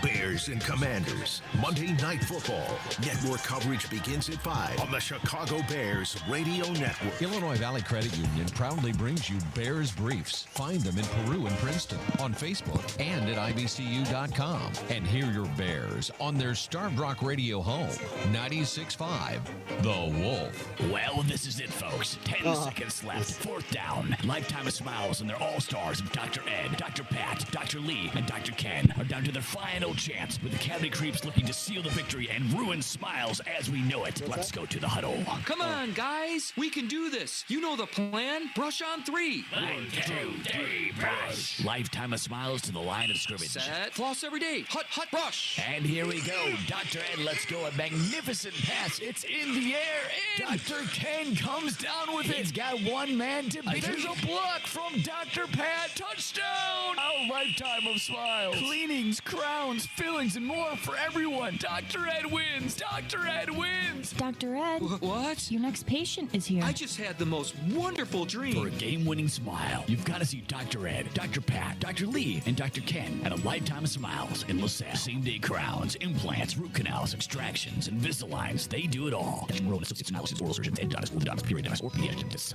Grab yourself some Lederhosen and join in the fun of the Oktoberfest brunch this Sunday at Camp Aramoni. Enjoy a variety of authentic German food, including pretzel bites and grilled brats with kraut, warm German potato salad, cheesy spätzle and potato pancakes, Black Forest cheesecake, apple strudel, and assorted pies and Danish. Reservations are required, so visit camparamoni.com or call 224-7333 today. It's the Oktoberfest brunch this Sunday at Camp Aramoni.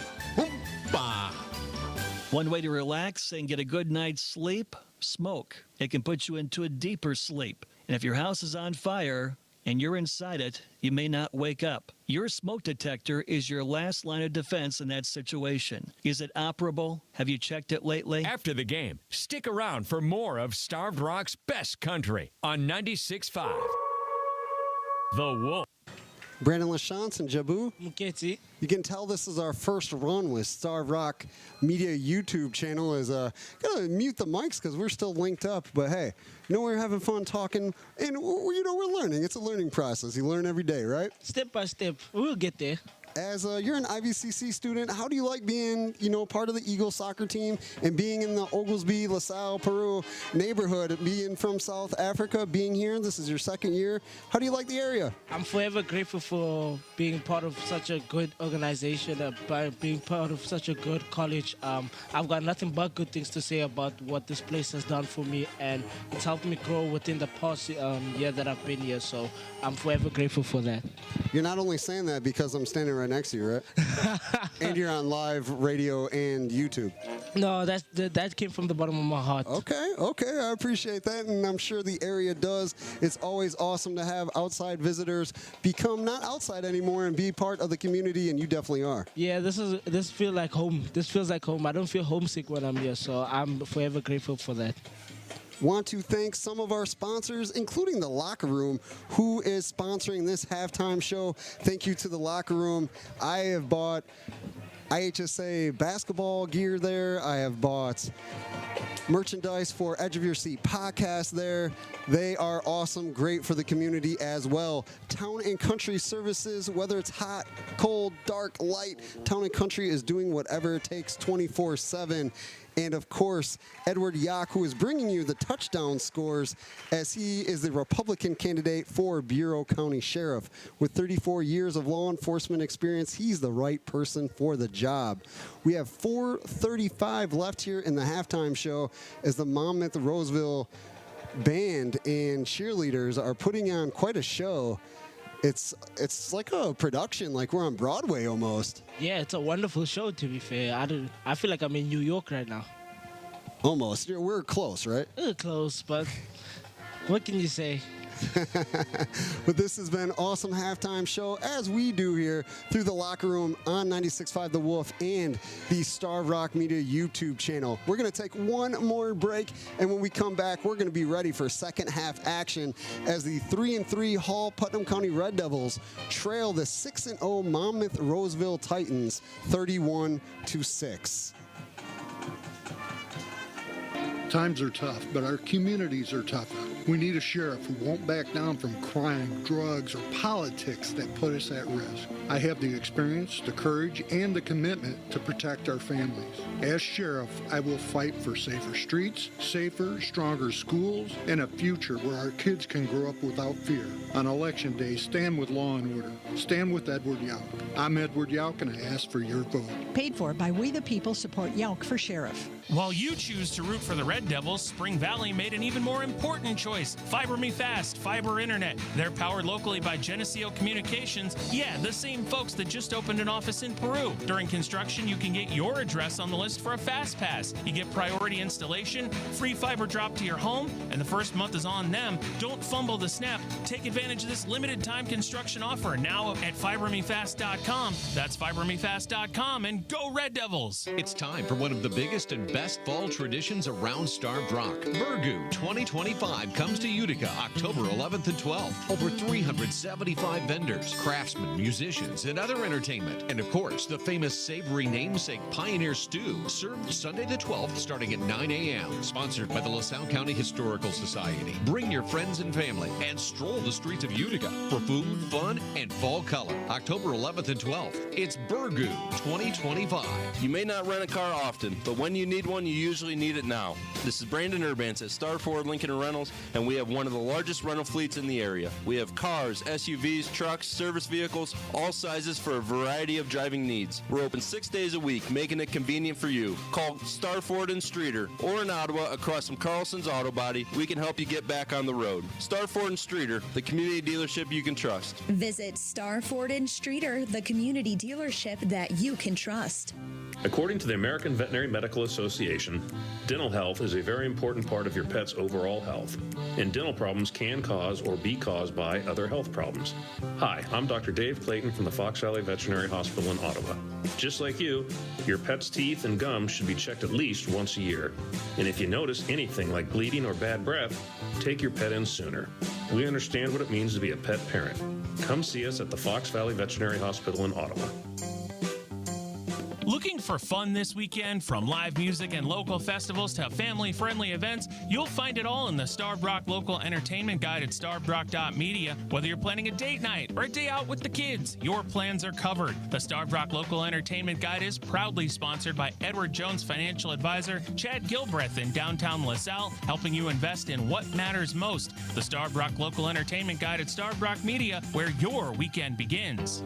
The biggest games and Starved Rock's best country on 96.5 The Wolf. Brandon LaChance and Jabu Muketi from IVCC. He is the goalie for the Eagles, and we are in Monmouth for Week 7 Three River Conference Mississippi Division action as Hall Putnam County 3-3 takes on Monmouth-Roseville, who's undefeated at 6-0. The Titans lead 31-6, and we've already said his name a million times, and we're going to say it a million more. Nick Houston has been putting on a show for his Titans fans. He threw the first touchdown, then the second touchdown he received, and then he had a rushing touchdown. He's had a couple two-point conversions, and he plays on defense. The guy has been everywhere. Hall Putnam County has guys just like that, as Braden Curran has been a running back all year, a receiver. Now he has moved to the quarterback. He's in the secondary as a defensive back. He has been everywhere. Aiden Redcliffe is a linebacker, running back.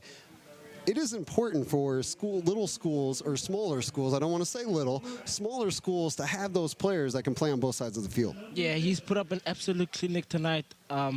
especially on offense and defense, and has shown why he is who he is within this game. So let's see what they can put out in the second half.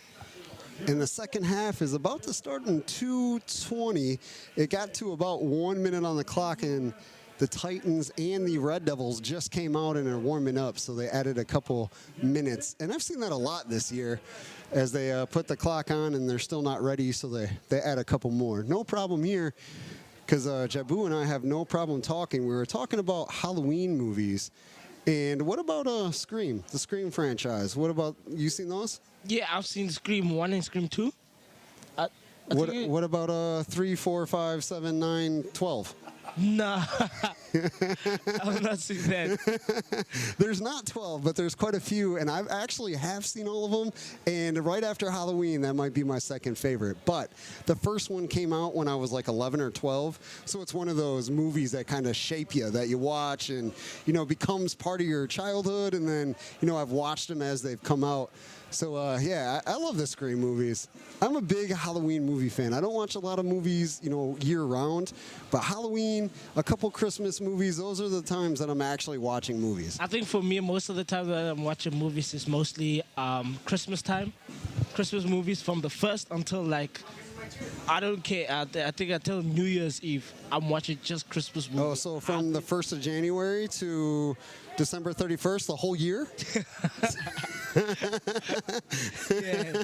So I basically just watch Christmas movie. I feel like it's one of those Christmas movies is one of those things that bring a family together. You're able to have a good laugh about it. So it's just one of those experiences I remember as a childhood. We are not near Christmas, even though Christmas decorations will be in stores in about 2 weeks. But before that happens, what are your favorite Christmas movies? Home Alone, I think, is the most popular one. Yep, that's my number one. Yeah, I think Home Alone 1 and 2 were my favorite ones of all time. And I know I'm forgetting a few good movies out there because I'm thinking of them in the spot, but I probably got a whole movie list on my phone that I'm going to watch. Okay, that's what I do. I put people on the spot, including my partner, Jabu, here, as we're talking about Christmas movies in October. But we're about to have the second half of this game here. 5 seconds, 4, and we are going to have the buzzer as the 5 referees are meeting in the center. There's the fist pounds. We're ready to go. They're ready to go. The teams are coming out. And it is getting a little chillier. When we first got up here, it was warm, and now it is chilly. I'm kind of dancing back and forth to stay warm. I just seen you rub your arms. But hey, we'll be good. We got a great football game to cover, so we'll pay attention to that and not being cold, right? Yeah, I think we're covered. We're in the nicer part of it. Definitely. The Monmouth-Roseville Titans lead the Hall Putnam County Red Devils 31-6 as we get started here in the second half. And since the Red Devils received the kick, brought to you by Illinois Valley Credit Union, in the first to start the game, now they're kicking to the Titans here in the second half. And there is the kick that is caught at about the 25. They get past the 40 to about the 44-yard line. That kick from Alex Cook was a line drive for the Red Devils. Had some distance on it, though. Yeah, they got some good kickers, especially in Aiden Rycliffe, who's able to punt that ball far, and now their kicker able to get that good kick for that return. So the Titans are going to start 1st and 10 on the 44. That's how they begin this third quarter. 31-6 lead. Hall Putnam County needs, there's been no turnovers in the game. The Red Devils need to make the first one happen right here. That would be great for the Hall Putnam County effort. Braden Curran, who we just spoke about at the halftime show, doing a little bit of everything. That was a great tackle to only give up 2 yards instead of letting them break through that gap. Yeah, great tackle, able to get him down before, to force him back, essentially, to not get that first down. So let's see what this whole defense can do now. 2nd and 8. And this has been the formation for Anawan. I almost said Anawan Weathersfield, but we are in Monmouth-Roseville. And that's been the formation. They kind of got a bunch set with a receiver out to the right. And that's what's worked for them as they pick up probably about 6 yards there. It's going to be, they picked a 5, 3rd and 3 on the 49. They are now in Hall territory. We passed the Anawan sign on our way here. And as we were driving, I was thinking about, I got volleyball there next week and the week after. Actually, my birthday is October 20th, and I'm spending it at Anawan Weathers, or at Kewanee Weathersfield, doing a volleyball game. I'm refereeing varsity. But there's Nick Houston picking up a first down there up the middle as he gets to the 41-yard line. But he is bouncing off, it's just a shoe. He lost a shoe, but the way he was bouncing, I was like, uh-oh, did he hurt himself? But Nick Houston just getting his shoe back on. I think the Titans supporters had a mini heart attack there for a moment. Yeah. I have the headset on, so I couldn't really hear any, but yeah. I'm sure some of that happened. And that's Landon Montroy, who just powered through the line and is going to run right to the end zone for a 41-yard rushing touchdown at 10:24 in the third quarter. Great play by the Titans, able to find that left-hand side, and eventually by number 33, who is Landon Montre, able to find that space, able to find the seam and go through them. And he was a tough man to get down because there were 4 whole defenders on him, able to find that, able to push through them and find the space and go for that touchdown. Let's see what they do here for the extra point. They are going to go for a 2-point conversion. That is Clay Castile, the quarterback. He's going to hand off to Landon Montroy, and he's going to power right through the middle and pick up the 2-point conversion. So with that run and the 2-point conversion, it is now 39-6. Monmouth-Roseville leads by 33. Need 40, a 40-point lead for the running clock to start. Great play by this offense. Let's see. Great play by the Titans offense. Let's see how Hall responds with the ball now. Brandon Curran, the quarterback, able to. Let's see what he's able to do on this drive. And definitely not trying to make this broadcast about me, but I did mention the birthday on October 20th. October 19th on Sunday, I'm doing something I've always wanted to. We're knocking this off the bucket list. I am jumping out of an airplane. 14,000 feet. I'm going to skydive. I'm super excited. My sister called me today and says, "You're not worried?" I'm like, absolutely not. Let's go have fun. So, do you have health insurance? I do have health insurance. That's a good question, though. I do have health insurance. Because for sure you are braver than I am. I've always been an adrenaline junkie, and I'm not really scared of anything, which is, good and bad at the same time. Hopefully this endeavor is all good, no bad. But yes, I'm going to jump out of a plane the day before my birthday and have a good time. So I just wanted to throw that in there. And there is a squib kick. Hall's going to take it at about the 30. Gets past the 35-yard line. Speaking of birthdays, you started your career 10 days before I was born. We talked about that. I started my career, February 5th? And I was born February 15th. In 2005. Same year I was born. So I have been doing this 10 days longer than you've been alive. Wow. Oh, that makes me feel really old. But, hey. 39-6 is the Red Devils' deficit. 1st and 10 on the 38-yard line. This is a great time to add points to the scoreboard for the Red Devils. Let's see what they do here as we have quarterback in the shotgun, and that is Braden Curran, stepping in for the injured Dylan Glenn, who is out for the season after suffering a knee injury against Princeton last week. So this is the first full game without their senior star quarterback and captain, Dylan Glenn. Yeah, I think Brandon Curran has been doing a great job tonight managing this offense. Let's see what he can do at the line of scrimmage tonight.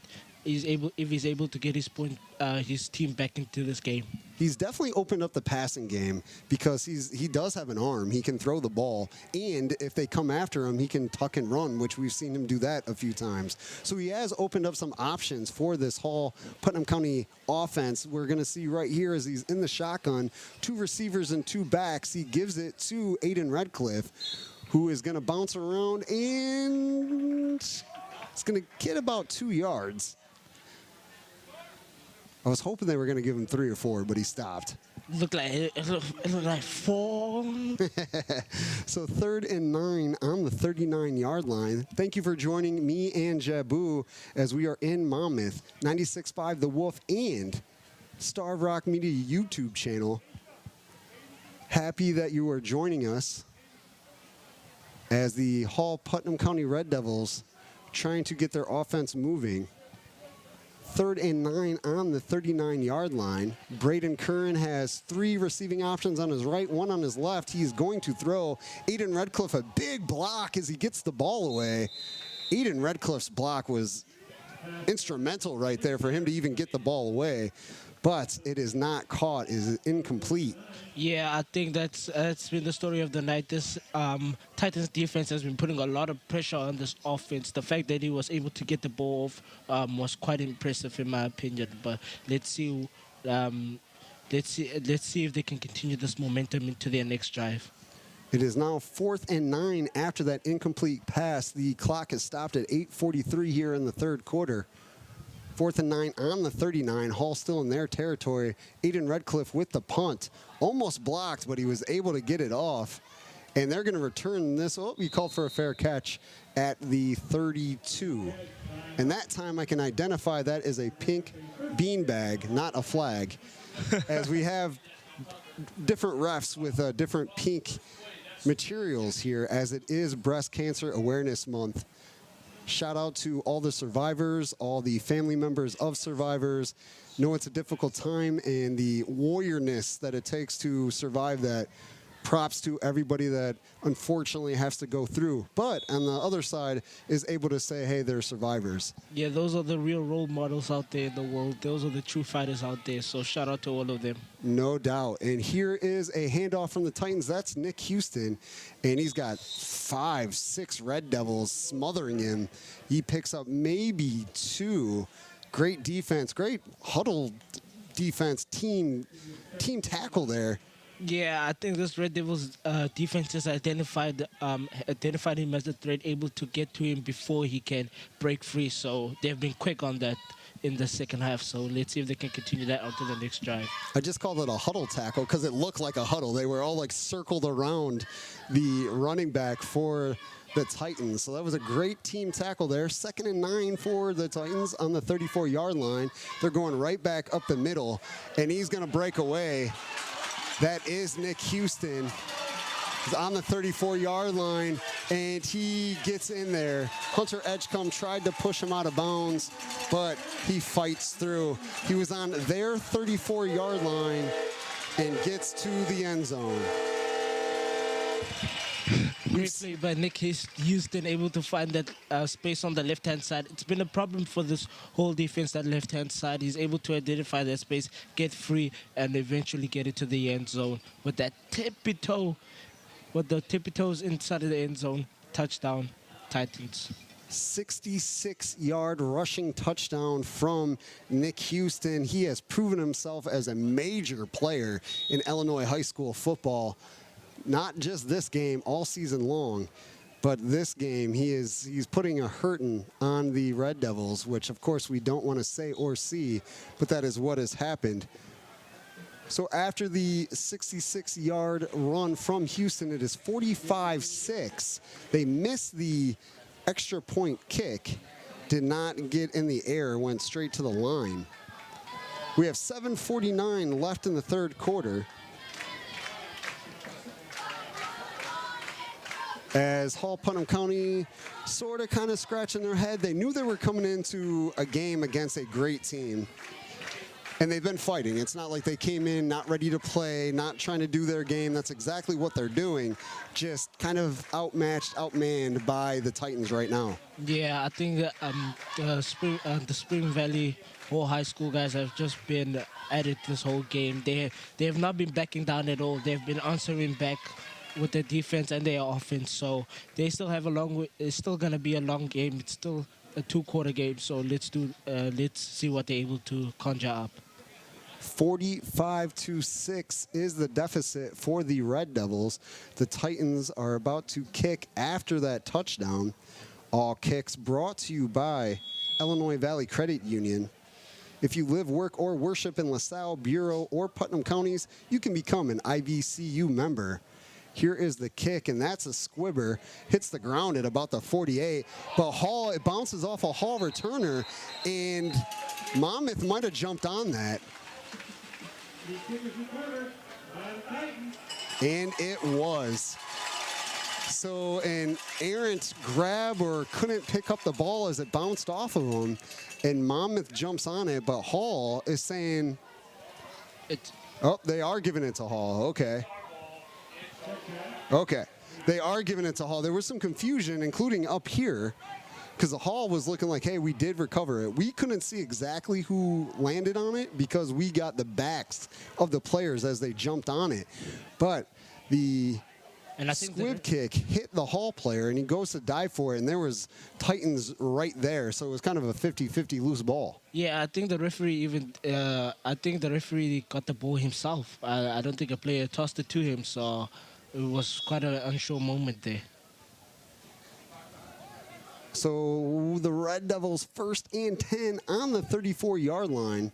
7:46 here in the third quarter. Glad that they did get the ball. Braden Curran fake handoff to Aiden Redcliffe. He is going to run to the right side and pick up, looks like 2.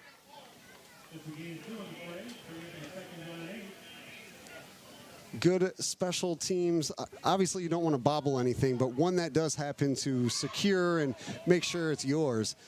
Everybody was confused of who really got it, and then the ref points, and the Red Devils were happy. And so were we up here. We want to see the Hall Putnam County offense move the ball here in the third quarter. Yeah, I think it was an exciting moment for them to be able to recover that ball. So. And here's Braden Curran in the shotgun. He's got 2 receivers. Fake handoff to Hunter Edgecombe and then gets it to Aiden Redcliffe, who is going to bowling ball his way. Oh, I thought he was going to get a yard, but they're going to keep him at the line of scrimmage. So 3rd and 8 on the 36. Hall is playing tough, running up the middle, and Aiden Redcliffe is the guy to do that. He is a bowling ball is what I call him, because he literally just runs right up the middle, bounces off people like he's knocking over pins and keeps them moving. I think that's what makes him special, why he's so special to this offense. So let's see what they're able to do at the line of scrimmage tonight. One of these times on a touchdown run, I'm going to accidentally say strike instead of touchdown. I can see it happening, I'm not going to lie. Yeah. 3rd and 8 on the 36 for the Red Devils. Braden Curran in shotgun, 3 receivers to the left, 1 to the right. He's got Aiden Redcliffe blocking for him. Goes to pass to Chase Sterling, the tight end, but Nick Houston makes a play, almost had an interception, but instead knocks it down, a deflection. He's mad at himself. He has literally been everywhere. That's why I said it like that, Nick Houston, because we are continuously saying his name. Yeah, I think he's so vital to this team, both on offense and defense, and he has been special tonight. He has been a thing of beauty to watch. So the Red Devils are going to punt on 4th and 8 on their 36. Aiden Redcliffe, the punter. He's going to boot it. Another beauty. It is going to bounce at the 36. Go to Monmouth player at the 28.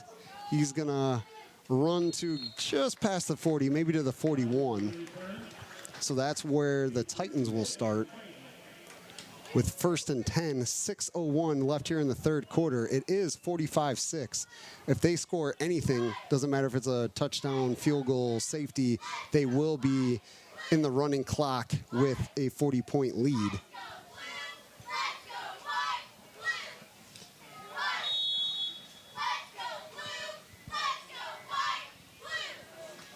Can hear the cheerleaders. We are above the Monmouth-Roseville cheerleaders, the Pink Palms, again for Breast Cancer Awareness Month in October. I'm glad my birthday is in October just because of that. Okay, I can support all month and my birthday. Hey, it's a beautiful month. It's a beautiful month this month. And there is a run for Monmouth-Roseville running up the middle. That is Landon Montroy. We have talked about Nick Houston, but Landon Montroy has been a force too. He has been just plugging up the middle, has had a couple big runs, touchdowns. He has been putting in work as well. He picks up 3 there, 2nd and 7 on the 44-yard line as the Titans are still in their territory. Yeah, I think this offense has got so many options to give the ball to, so let's see what they're able to conjure up. And here is Montroy again, and his helmet's going to pop off. They're going to blow that dead real quick. His head came, or his helmet, not his head, his helmet came off. As soon as that happens, you got to blow that dead for safety precautions. Yeah. So they're going to stop it right where they started to blow the whistle. That is at the 48-yard line. So it's going to be 3rd and 4. He kept running too, though. He didn't stop. He just kept pushing through. Shows his determination, how much he wants to win. 3rd and 3 after that pickup from Landon Montroy. And here is Lars Bergeron on the other side, but a great tackle from 3 Red Devils. That's Chase Sterling, Braden Curran, and it looks like Jonathan Stunkel. I can't see, turn. And it is 60. So the third one was Alex Tucker. Great stop from 3 Red Devils right there in the middle. Pushed them back, so now it's 4th and 4 on the 47-yard line. I think that's been the story of the night for this whole defense. They've been holding it down for the whole night. So let's see what they're able to do here.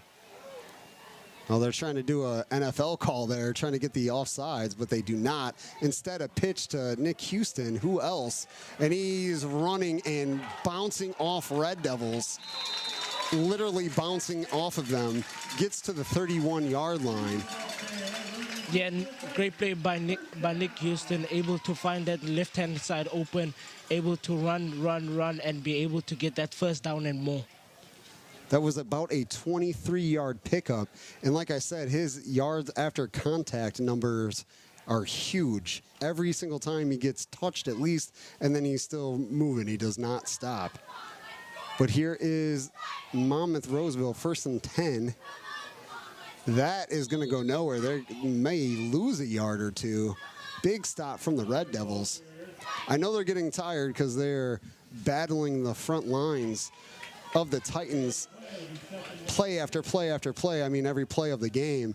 And they're still going at it. So props to this defensive line for the Red Devils. Yeah, they put in a good shift tonight. They were able to stop Nick Houston on a few runs, able to stop this offense from getting anything going. And they also finding their momentum in this game. So let's see what they can do here. 2nd and 10, 3:35 left here in the third quarter. There is a pitch to Lars Berggren. He does not get to the 30-yard line. And then we have Aiden Redcliffe. And number 55 for the Red Devils, that is Jacob Mongan. Big tackle from both of them. That stays at the line of scrimmage, so it's going to be 3rd and 10, still on the 31-yard line. This defense has found its momentum in this game, so let's see. And the Titans taking their time getting back to the line of scrimmage to run out some clock, but that's Nick Houston right up the middle. And it looks like, yep, he's going to get a first down as he gets to the 20-yard line, 11-yard pickup for the Monmouth-Roseville senior.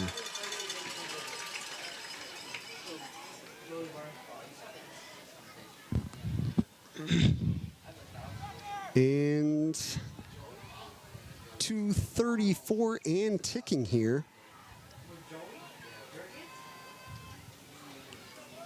As the Red Devils trail 45-6.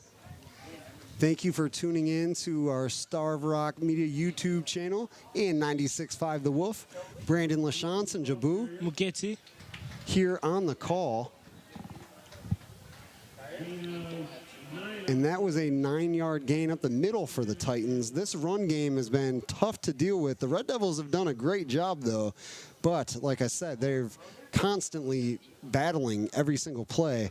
So now the Titans starting to get the better of them on a more regular basis. Yeah, I think especially when you have Nick Houston, you've got Landon at as options on the offensive side. I think this defense has been just giving it all tonight. So, and there is Landon Montroy trying to run, but he gets maybe a yard before the Red Devils stop him. But that is another first down as they are continuously moving the chains. So it is going to be 1st and goal on the 8-yard line for Monmouth-Roseville. Monmouth-Roseville 6-0 at the top of the Three Rivers Conference Mississippi Division. They were a playoff team last year. I believe they won their first round matchup. They're going to be a tough out as Nick Houston takes about 2 or 3 Red Devils in the end zone with them for the 8-yard pickup and the touchdown. That is going to make the game 51-6 with 1:11 left in the third quarter. And that is going to install the running clock. yeah, it was a great play by Nick Houston, able to find that left-hand side, sleeping again, able to find the seam, able to find the space, and he was eventually had 4 whole defenders on him, but he was able to push through for that touchdown. So 51-6, and they are going to go for a kick. This is, oh, then we got whistles. We have a timeout, or is it just to get a substitution in? To get the sub, I think, in. Yeah, because they're not running to the side. Yeah, was this a substitution? But the referee did signal a timeout. So they might have took the timeout to get the player in just because. But here is the kick for number 26. That's Elijah Noel. And that one looked like it was touched by the Red Devils. It did not get the height, and it looked like it changed directions at the line. So that's where we're going to stay at, is 51-6 with 1:11 left in the third quarter. We will have a running clock right after the kickoff.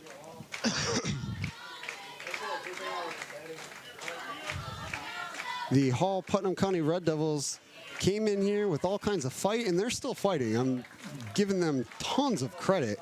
Yeah, they put up a good fight tonight. I'm going to be honest. They put up a good fight. They're not backing down at all. This defense has not been backing down, and this offense has not been backing down too. With 51-6 here in the third quarter.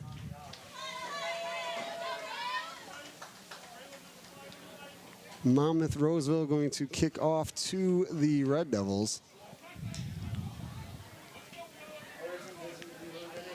It is starting to cool down a little bit, but it's still a beautiful night. I could play football in this right now. Let's see if we can put on the pads. Oh, that would be a dream right now. I'll be the quarterback. You be the receiver. How's that? Yeah, I think that would work. Randy Moss, Tom Brady. I'm down. I'll be Tom Brady. I'll be Randy Moss, just catch you with one hand. This is Halloween, right? Is that what we're doing? Yeah. It's dress up, so nobody will notice. Yeah, nobody will know at all. We'll look just like Tom Brady. And did you say Randy Moss? Yeah. And there's Hall taking the ball at about the 25-yard line. Hunter Edgecombe trying to make people miss. And he's going to get taken down at about the 27-yard line. Yeah, I have no problem being Tom Brady. If you want to be Randy Moss, we could do that. Yeah.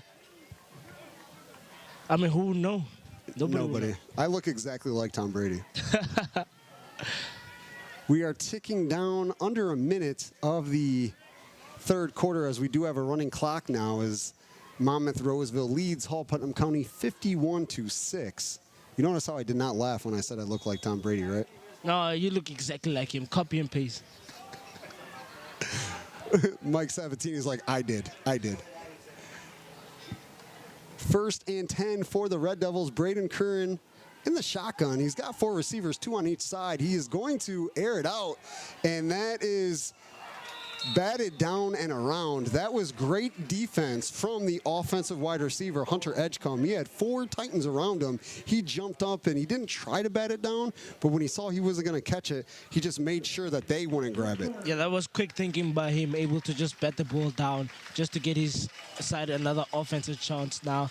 Going into the timeout now. Let's see what is Coach Nick Sterling able to say to his boys. With that incomplete pass, that is going to put us in the 4th quarter. That means we are going to take a break, and we will be right back here on 96.5 The Wolf and the Starved Rock Media YouTube channel.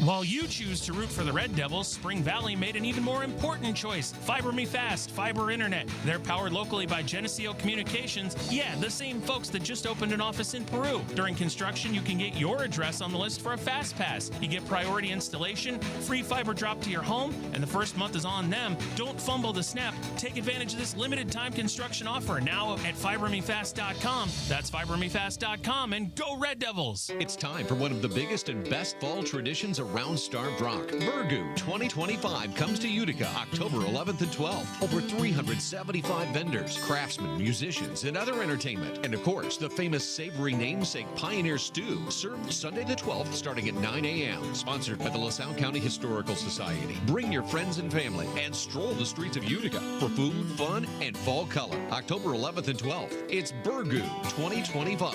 Red Devil fans know where to find Starved Rock's best country and Chicago Bears football. It's on 96.5 The Wolf. We started the 4th quarter with an awesome 22-yard run from Aiden Redcliffe. Unfortunately, we were followed by a 5-yard walk-off against the Red Devils. So now it's going to be 1st and 15 from the 45. They started at the 28-yard line, and Aiden Redcliffe found a gap and rushed all the way to the 50. He made a couple Titans miss, and then he knocked one over on his way to the 50-yard line. An amazing run from Redcliffe. That's the first big one we've seen from him this game. Not all season. He's had quite a few great runs, and that was another one to add to the list. Braden Curran, he's going to pitch. That looks like it's Hunter Edgecombe, and it is. He's going to get past the 50 as he's brought out of bounds. He went all the way to the benches on the side. They didn't push him or anything extra, just momentum took him that way. Yeah, I think that was just an excellent play, but the defender got to him and able to get him out of bounds.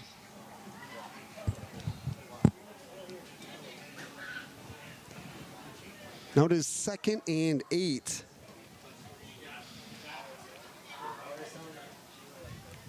For the Red Devils. 10-10 in the 4th quarter.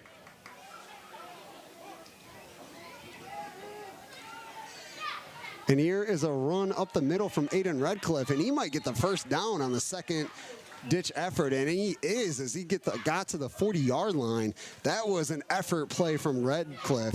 Just took a guy with him to get to that extra yard that he needed. Yeah, I think the grit that this offensive side is showing right now, they're putting up a good fight in this game. So let's see what they're able to do at the line of scrimmage now.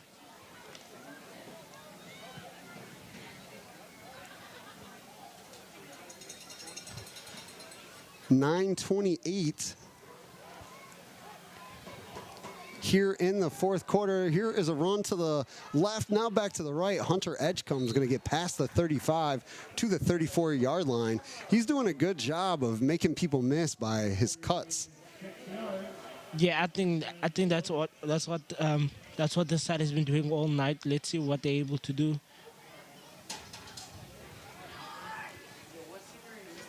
As we go under the 9-minute mark, it is 2nd and 4 for the Red Devils.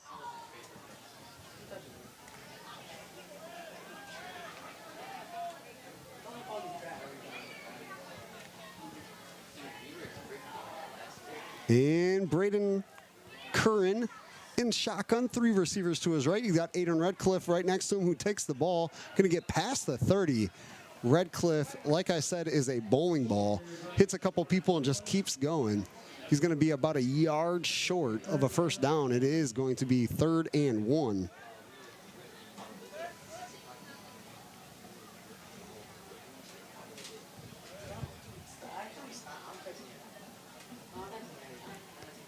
Eight, 10, and counting, as we do have a running clock as Monmouth-Roseville leads 51-6. But it is 3rd and 1 for the Red Devils. See what they do to try to get this. Curran in the shotgun, 3 receivers to the right.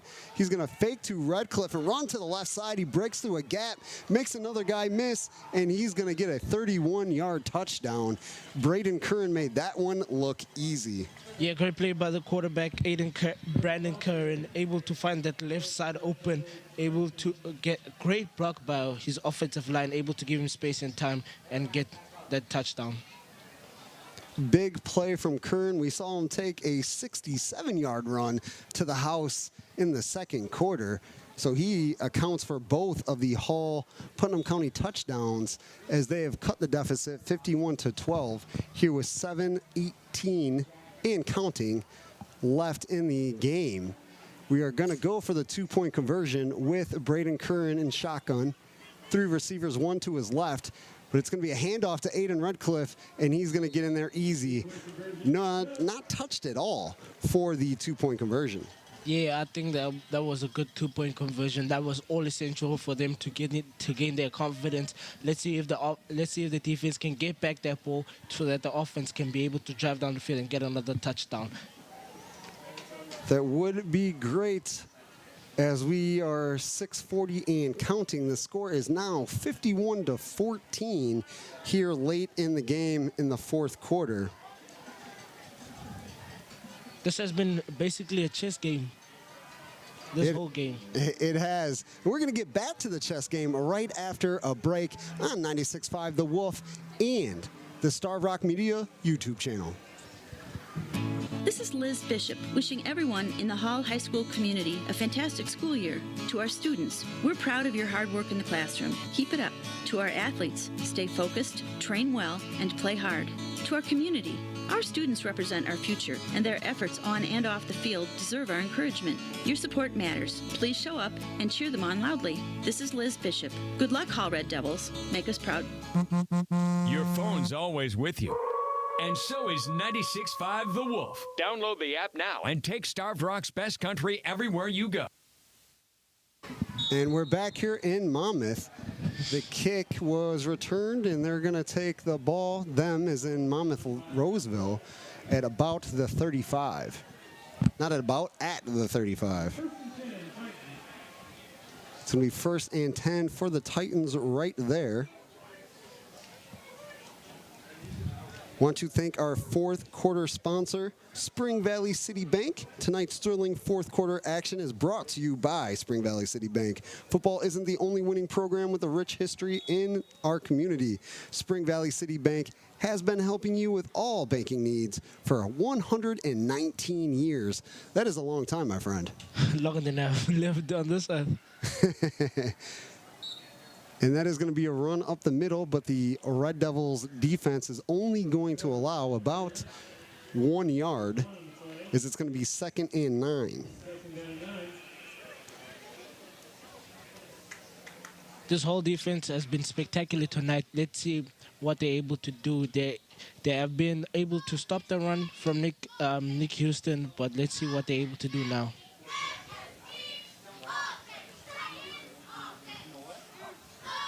And there's another run. It's going to get a few more yards, but the Red Devils able to stop them.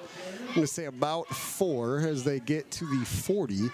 Being that they started at the 35, it's going to be 3rd and 5. With 4 minutes and counting here in the fourth quarter, we do have the running clock installed as it is a 51-14 lead for Monmouth-Roseville. They got it with 51-6, but the Red Devils just scored a touchdown on a 31-yard run from Braden Curran and then a 2-point run from Aiden Redcliffe. The seniors doing their thing here late in the game against Monmouth-Roseville. Yeah, I think this is where experience comes into play, able to just manage the clock. And it is 4th and 1. See if they try to QB sneak. Nope, they're going to give it to a running back who powers his way for maybe 5 yards to get the first down, move the chains, and keep moving forward. Yeah, this whole defense has been spectacular tonight. Let's see if they're able to stop them now, get the ball back, and eventually get down to the field and get the all-essential touchdown. And now they're on the 49-yard line. They are still in their territory. They have not crossed the 50 yet. And it's been runs right up the middle. This time we're going to go to the right. And he is breaking loose. That looks like number 3. He is in a foot race. And that's a touchdown. A 51-yard touchdown for Keyshawn Crawford of Monmouth-Roseville. He just showed his speed there. He found a gap, found a hole, went through it, and he was gone. Yeah, that was a spectacular play by Keon, able to find that space and turn on the afterburners and get that touchdown. 51 yards at 2:30 in the fourth quarter. We are ticking away with the running clock installed.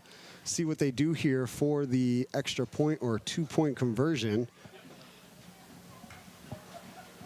And they are going to go for it. We are under 2 minutes now. And they're going to kneel. Honorable thing for Monmouth-Roseville. Yeah, sportsmanship at display tonight.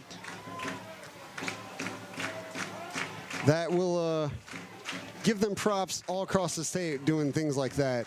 You want to be fair to your opponents. You won the game, and let's be good sports, and that's exactly what Monmouth-Roseville proved right there. Yeah. So with that, it is 57-14 is the Red Devil deficit, and that should be the final score as we are at about 120 and counting. I know the scoreboard is lopsided, but I don't think the Hall Putnam County Red Devils have anything to hold their heads about. They came out here, they played a tough game, good game, they had big plays, they made crazy, awesome defensive stops. The first drive for Monmouth-Roseville, they were stopped on the 3-yard line by the Red Devils, forced to 4th and 3, and they couldn't get it, and that was because of the Red Devils' defense. Yeah, they put up a good fight. They put up a good fight tonight. These boys should not go home with nothing. They should not go home with their heads down. They should go home with a smile on their face because of the effort that they put in tonight. And let's see what they're able to do on this drive here. The kick bounced at about the 33-yard line, was picked up by Hall and brought to, looks like the 41. But I don't know if we're going to have a play here as we're at 20 seconds. The squads are coming out, but I think this is where we're going to stop. 13 and counting. Yeah, I believe this is going to be game. They do blow the whistle. They might get one off. 3, 2, 1, and they do. There's a handoff up the middle, and that's going to be about a 4-yard gainer from Aiden Redcliffe, and that is game. Hall Putnam County falls to Monmouth-Roseville 57-14. It was hard fought. I know the scoreboard looks, differently than that, but the Red Devils came to play and they did a good job, knowing that they were going against a very skilled, talented, and powerful football team. Yeah, they did a great job tonight, able to manage them on defense and offense, and they should be proud of themselves. They should give themselves a pat on the back for how they played tonight, and I'm nothing but proud of this Red Devils side. Brandon LaChance and Jabu Muketi will be right back for the post game on 96.5 The Wolf and the Star of Rock Media YouTube channel.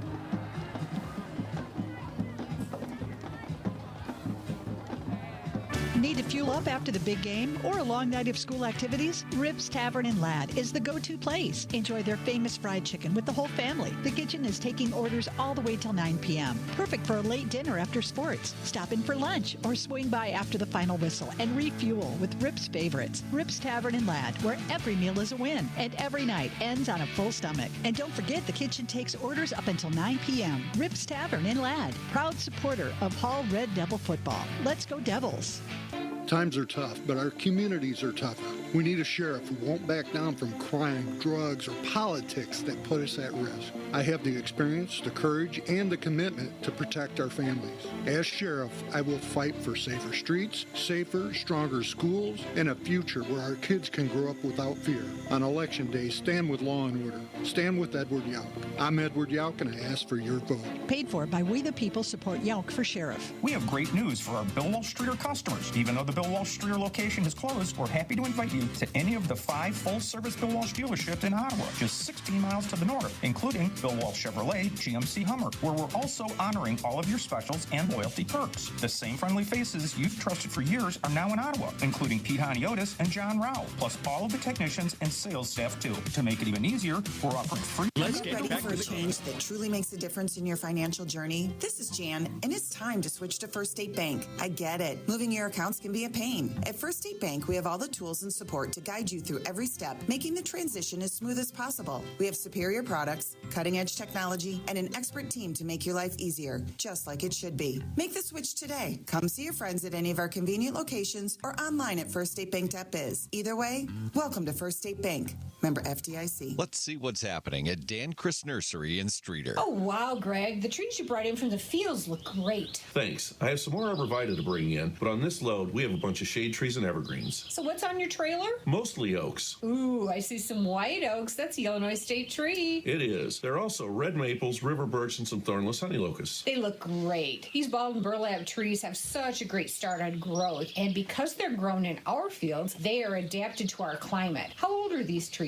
Most of them have been in the fields for 5 to 7 years. The evergreens were planted when Killian was just 2. Wow, they've seen a lot of our weather patterns, and in that time, they've really grown. I'd say most of the shade trees are around 12 foot tall. And they weigh? Yeah, close to 400 pounds. They've really grown a lot. As the old saying goes, the best time to plant a shade tree was 20 years ago. And the next best time is today. Thinking of planting a tree? Dan Chris has all shapes and sizes. Call today to see what they have in stock at Dan Chris Nursery in Streeter. I'm Tom Kammerer, Princeton Police Chief and candidate for Bureau County Sheriff. Success on the playing field and in our community is achieved through training, teamwork, and strong leadership. I've served for more than 31 years, 18 as a leader. Throughout my career, I've built an environment where training, positive culture, accountability, and teamwork are strongly encouraged. I want to earn your vote. Reach out to me on Facebook at Tom Kammerer for Bureau County Sheriff or email kammererforbureaucounty@yahoo.com. Paid for by Citizens for Kammerer, Bureau County. Fridays start with Brad and Jamie and end with Red Devil football on 96.5. The Wolf. Brandon LaChance and Jabu Muketi back here in Monmouth as the Hall Putnam County Red Devils fell to the Titans 57-14 in a Three River Conference Mississippi Division game. Let's go over the touchdowns. The Titans scored first on a 34-yard pass from running back, actually, Nick Houston to number 12, Elliott Rogers. Then the Titans scored the second as the real quarterback, Clay Castile, found Nick Houston for a 5-yard screen pass to make it 15-0 after a running 2-point conversion at 9:47 in the second quarter. Hall cut the deficit to 15-6 with 9:36 in the second quarter as Braden Curran, the active quarterback, took a keeper 67 yards to the house to make it 15-6. Then the Titans scored on a 36-yard run by Nick Houston in the second to make it 23-6. And then with 2:17 in the second, it was a 35-yard run from Landon Montroy to make it 31-6 Monmouth-Roseville. In the third quarter, 10-24, 39-6 became the Hall deficit with a 41-yard run from Montroy as well. Nick Houston got back in the books with a 66-yard rushing touchdown with 7:49 left in the third to make it 45-6. Then Houston scored again with 1:11 in the third quarter on an 8-yard run to make it 51-6 and install the running clock. Hall scored at 6:56 in the fourth quarter as Curran broke away for a 31-yard rushing touchdown, and Aiden Redcliffe ran in the 2-point conversion. Then the final score was a 51-yard run from Kashawn Crawford of Monmouth-Roseville for the final 57-14. We've said it before, Hall Putnam County came in here kind of outmatched. They were 3-3, Monmouth-Roseville 6-0. I'd like to say records don't mean anything in conference play, but Monmouth-Roseville has proven that they are a powerhouse football team at the moment, and the Red Devils kind of knew that coming in. Yeah, I think it was a display of good football tonight. Both sides put up a good fight. Let's not take anything away from what was on the scoreboard. The scoreboard doesn't reflect how the game was really played, and both sides put up a good fight, especially Hall on defense, able to do what they did best, and which was to be able to stop Nick Houston on a couple of runs and able to eventually get the ball back. And on offense, they got something going. They were able to, they found in their quarterback, Brandon Curran, able to find those two all-important touchdowns within this game. So it was a good game, and we were treated to a good game of football tonight. We saw some great stops from the Hall Putnam County defense. We saw a goal line stop. We saw them shut down Nick Houston at certain points. They did a good job trying to maintain all that they could against a powerhouse football team. We got one more thing that we have to do before we get off air, and that is the Hall Red Devil Player of the Game, brought to you by First State Bank. First State Bank is locally owned, committed to exceptional service and convenient products like Zelle and on-the-go mobile banking. Reach out to the winning team at First State Bank. Jabu, who should we go with Player of the Game? I think there's only one man in my mind. Braden Curran? Yeah. For the Hall Putnam County Red Devils, Braden Curran, 2 touchdowns, one of 67 yards and one of 31 yards. He made some defensive stops. He was all over the place. And as a running back / wide receiver, stepping in as the quarterback and leading the team as a senior captain, leadership, that was awesome to see. Thank you to all our sponsors that helped to bring us this game to you.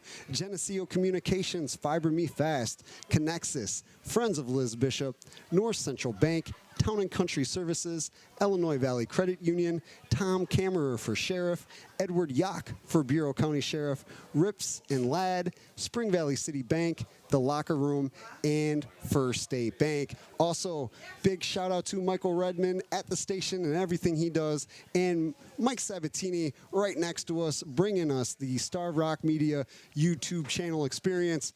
Thank you for joining us, and hopefully you have a great night. Drive safe. We hope you enjoyed this presentation of Starved Rock Media and 96.5 The Wolf Sports. Find scores, schedules, and more at 20inaRowCountry.com. And for Starved Rock's best country in long 20-in-a-row Wolf runs, Brad and Jamie in the morning, and Chicago Bears football. Stay with 96.5. The Wolf. Powered by Taste of Country.